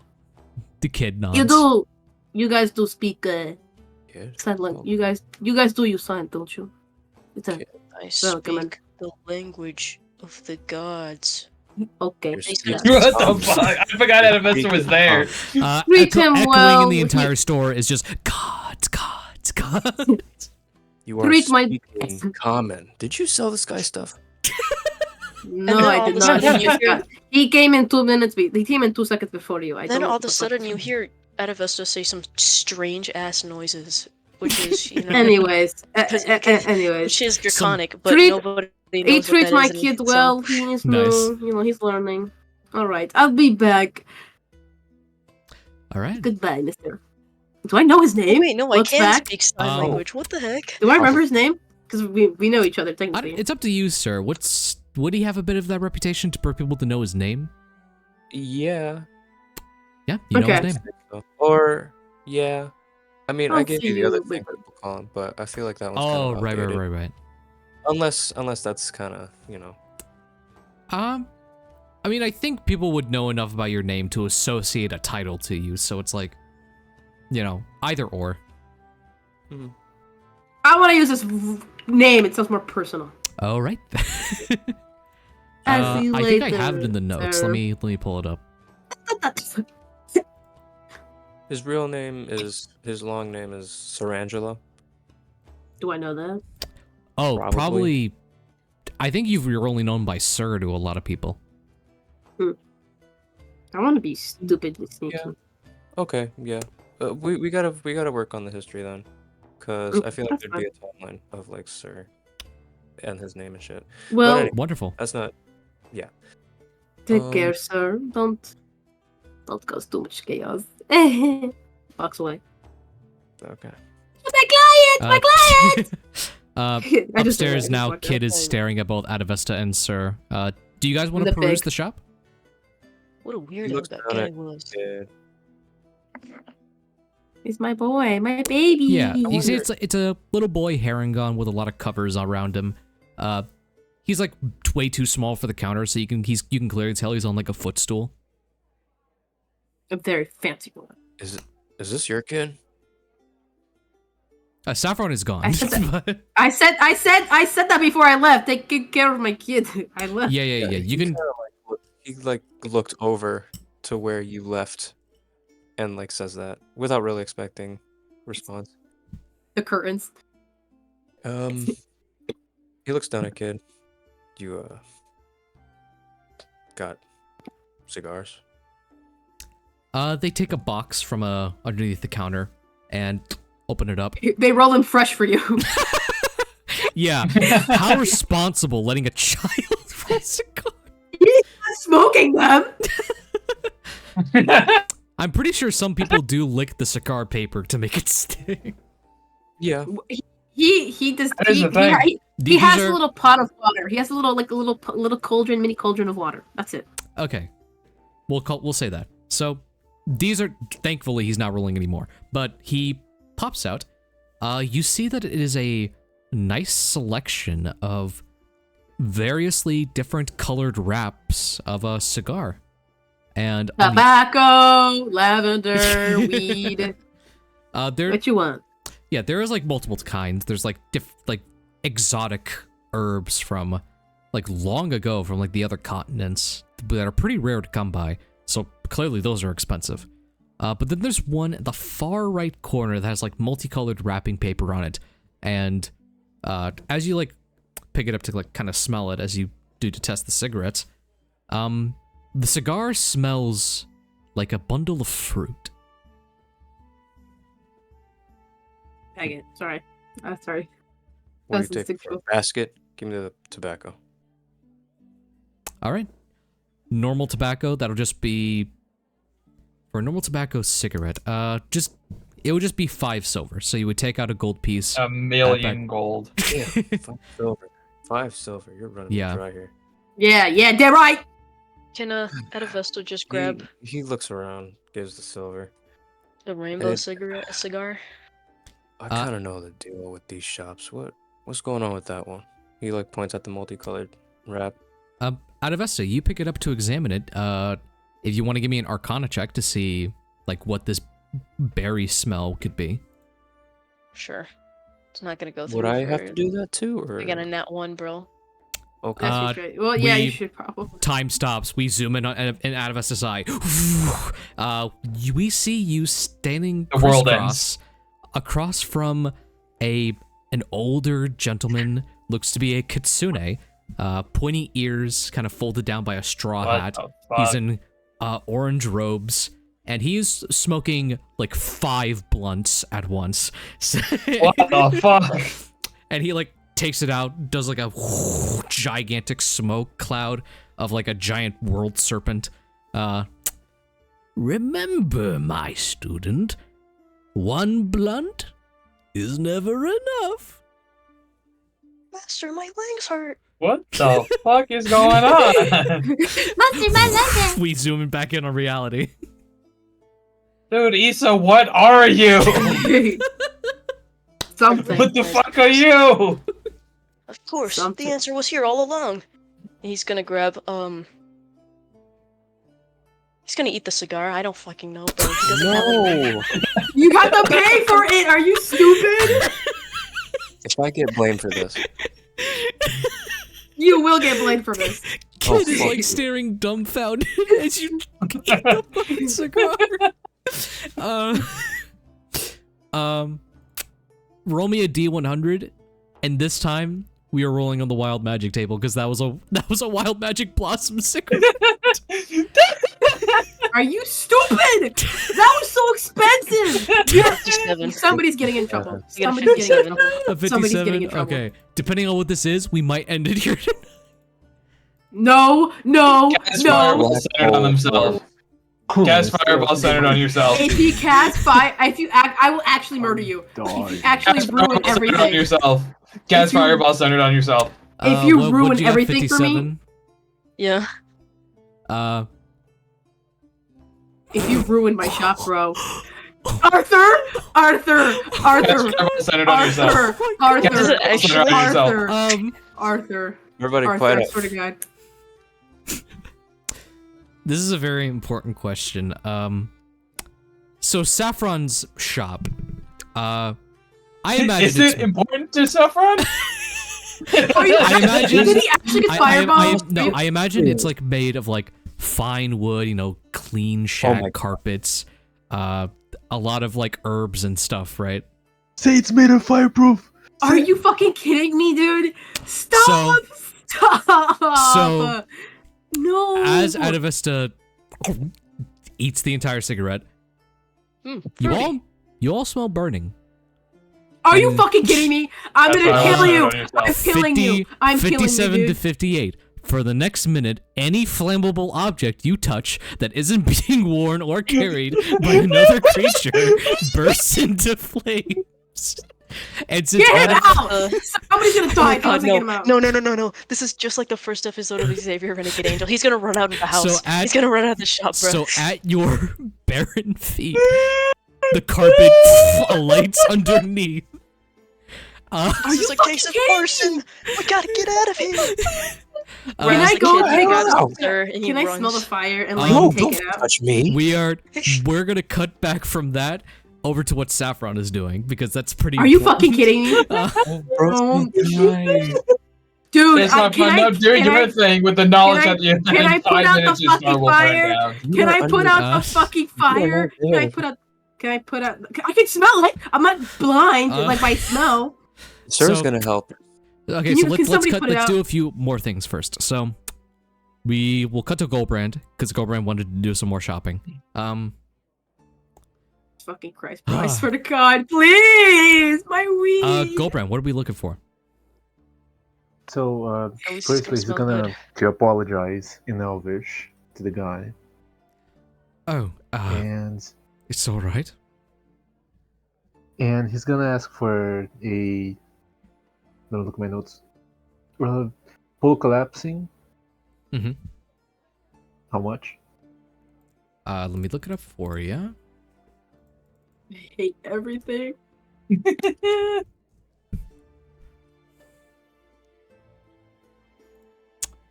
Polar collapsing.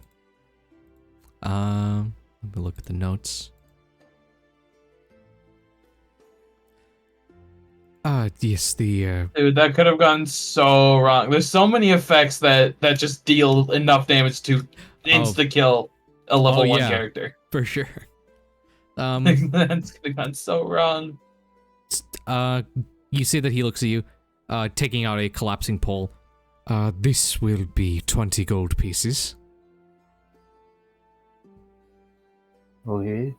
How about a rival coin? All right. Are you getting the collapsing pole? He's gonna keep it at the counter. Like, he's gonna do the same, like cash out Okay. all the items at once. Let me look at this.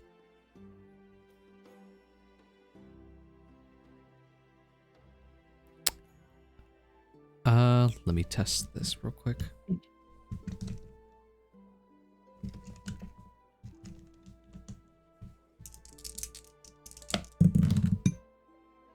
I apologize. I do not have a rival coin. How about the Sylvian Talon? Like a rapier Sylvian Talon, but that's a little specific. I doubt you have it. Sylvan Talon.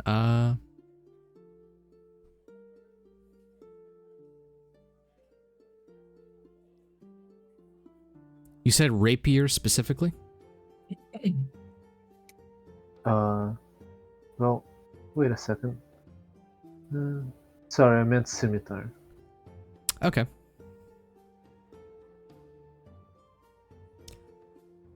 Let me see. Yes, we do have a Sylvan Talon rapier. No, scimitar, my bad. That would be... That would be at about 30 gold.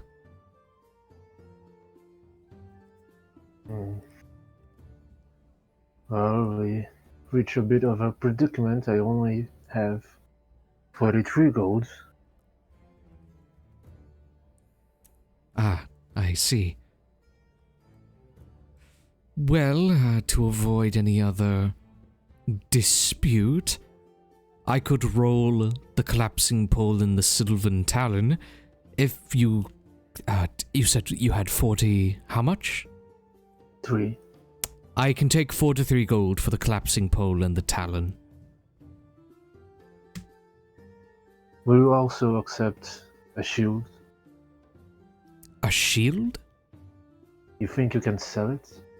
I can probably sell it. I can probably sell it over to the blacksmith. Sure, I'll take the shield. I can give you some pricing on that. Alright, let's make this deal then. Alright, how much does the shield cost? I should have checked before I deleted. Where's shield? Shield,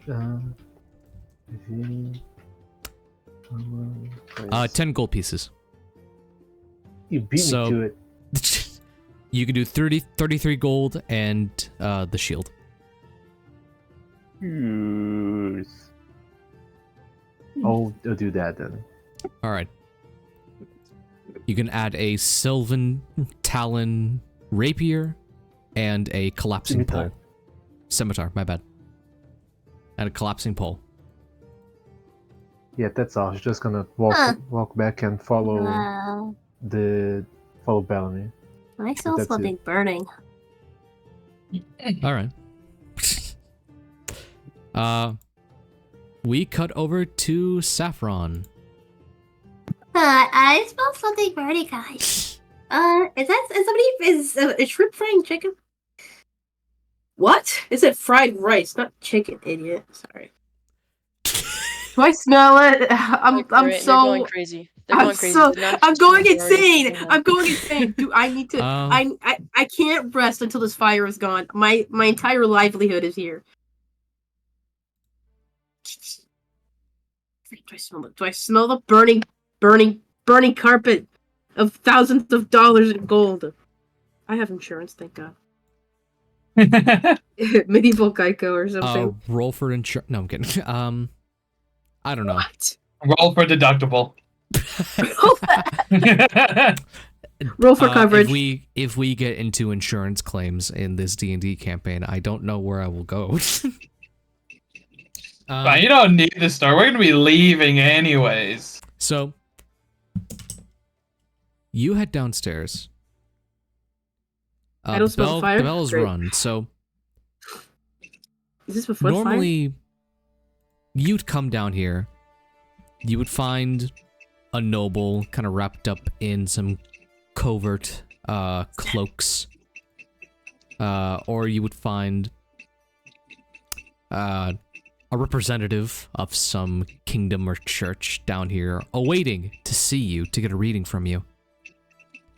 You see... Seb, your mic!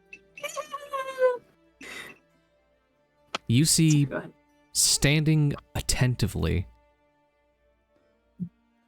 he is a large orcish figure with blackened armor and a red cloak. And you see he's just standing there. I hear you've come for my services. He stays quiet, and from his back...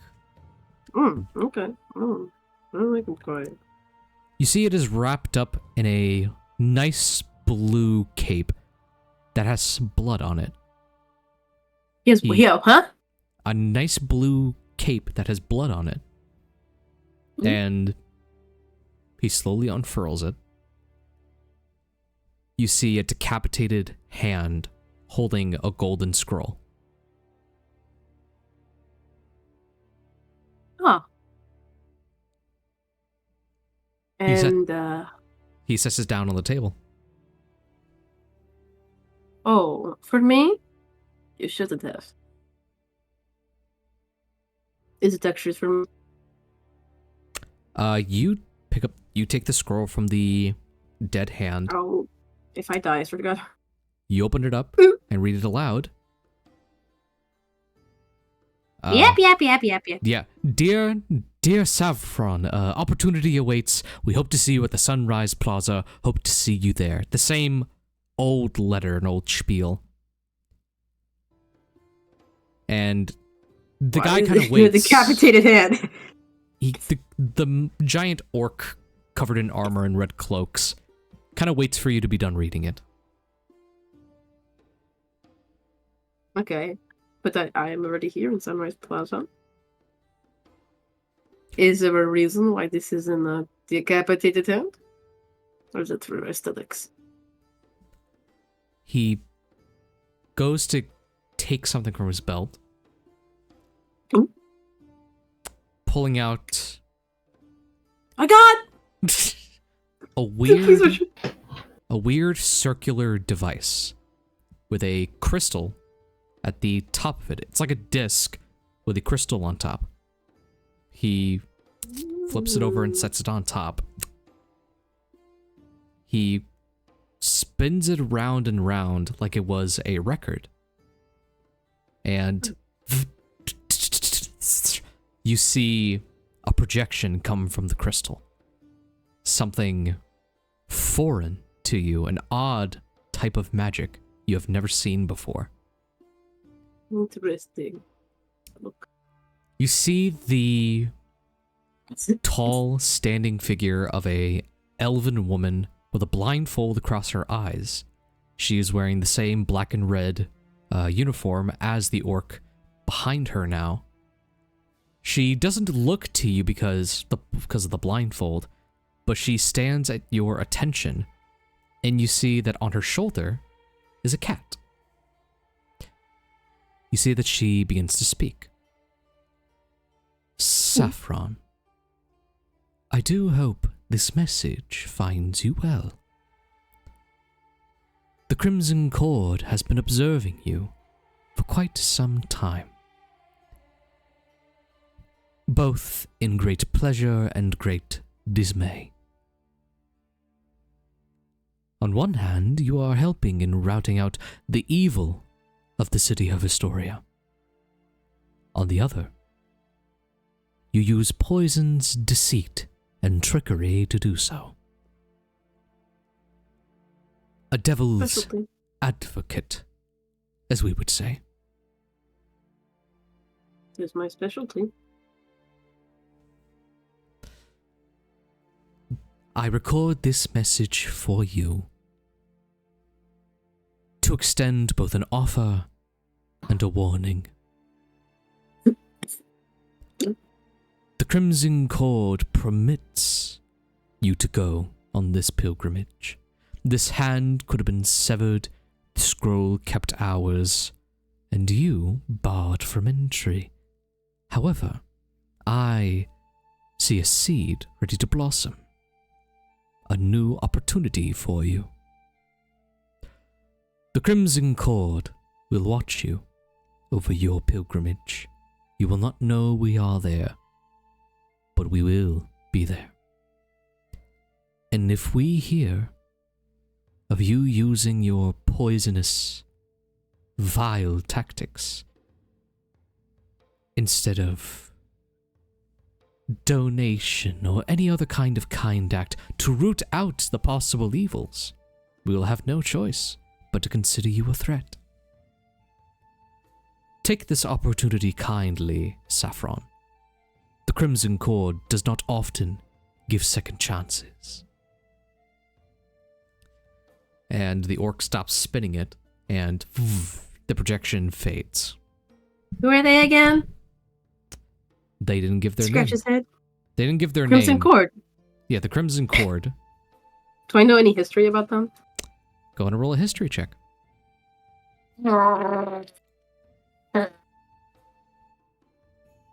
16.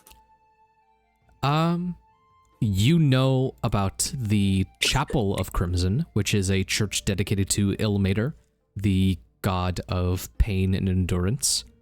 The Crimson Cord is kind of like this folk tale that you've kind of heard about. A sect of the Chapel of Crimson. Their kind of prerogative, as you have known it to be, was to root out all possible evil, to lift the burden of Ilmater. To basically root out the sinners in his name.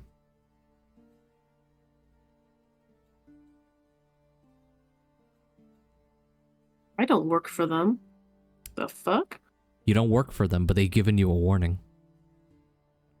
My shit's about to get burnt down. I think I already got a warning enough.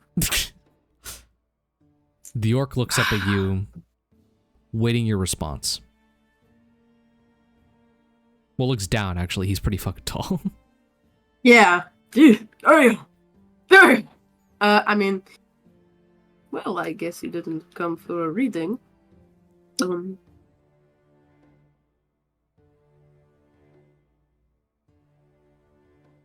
Well, I'll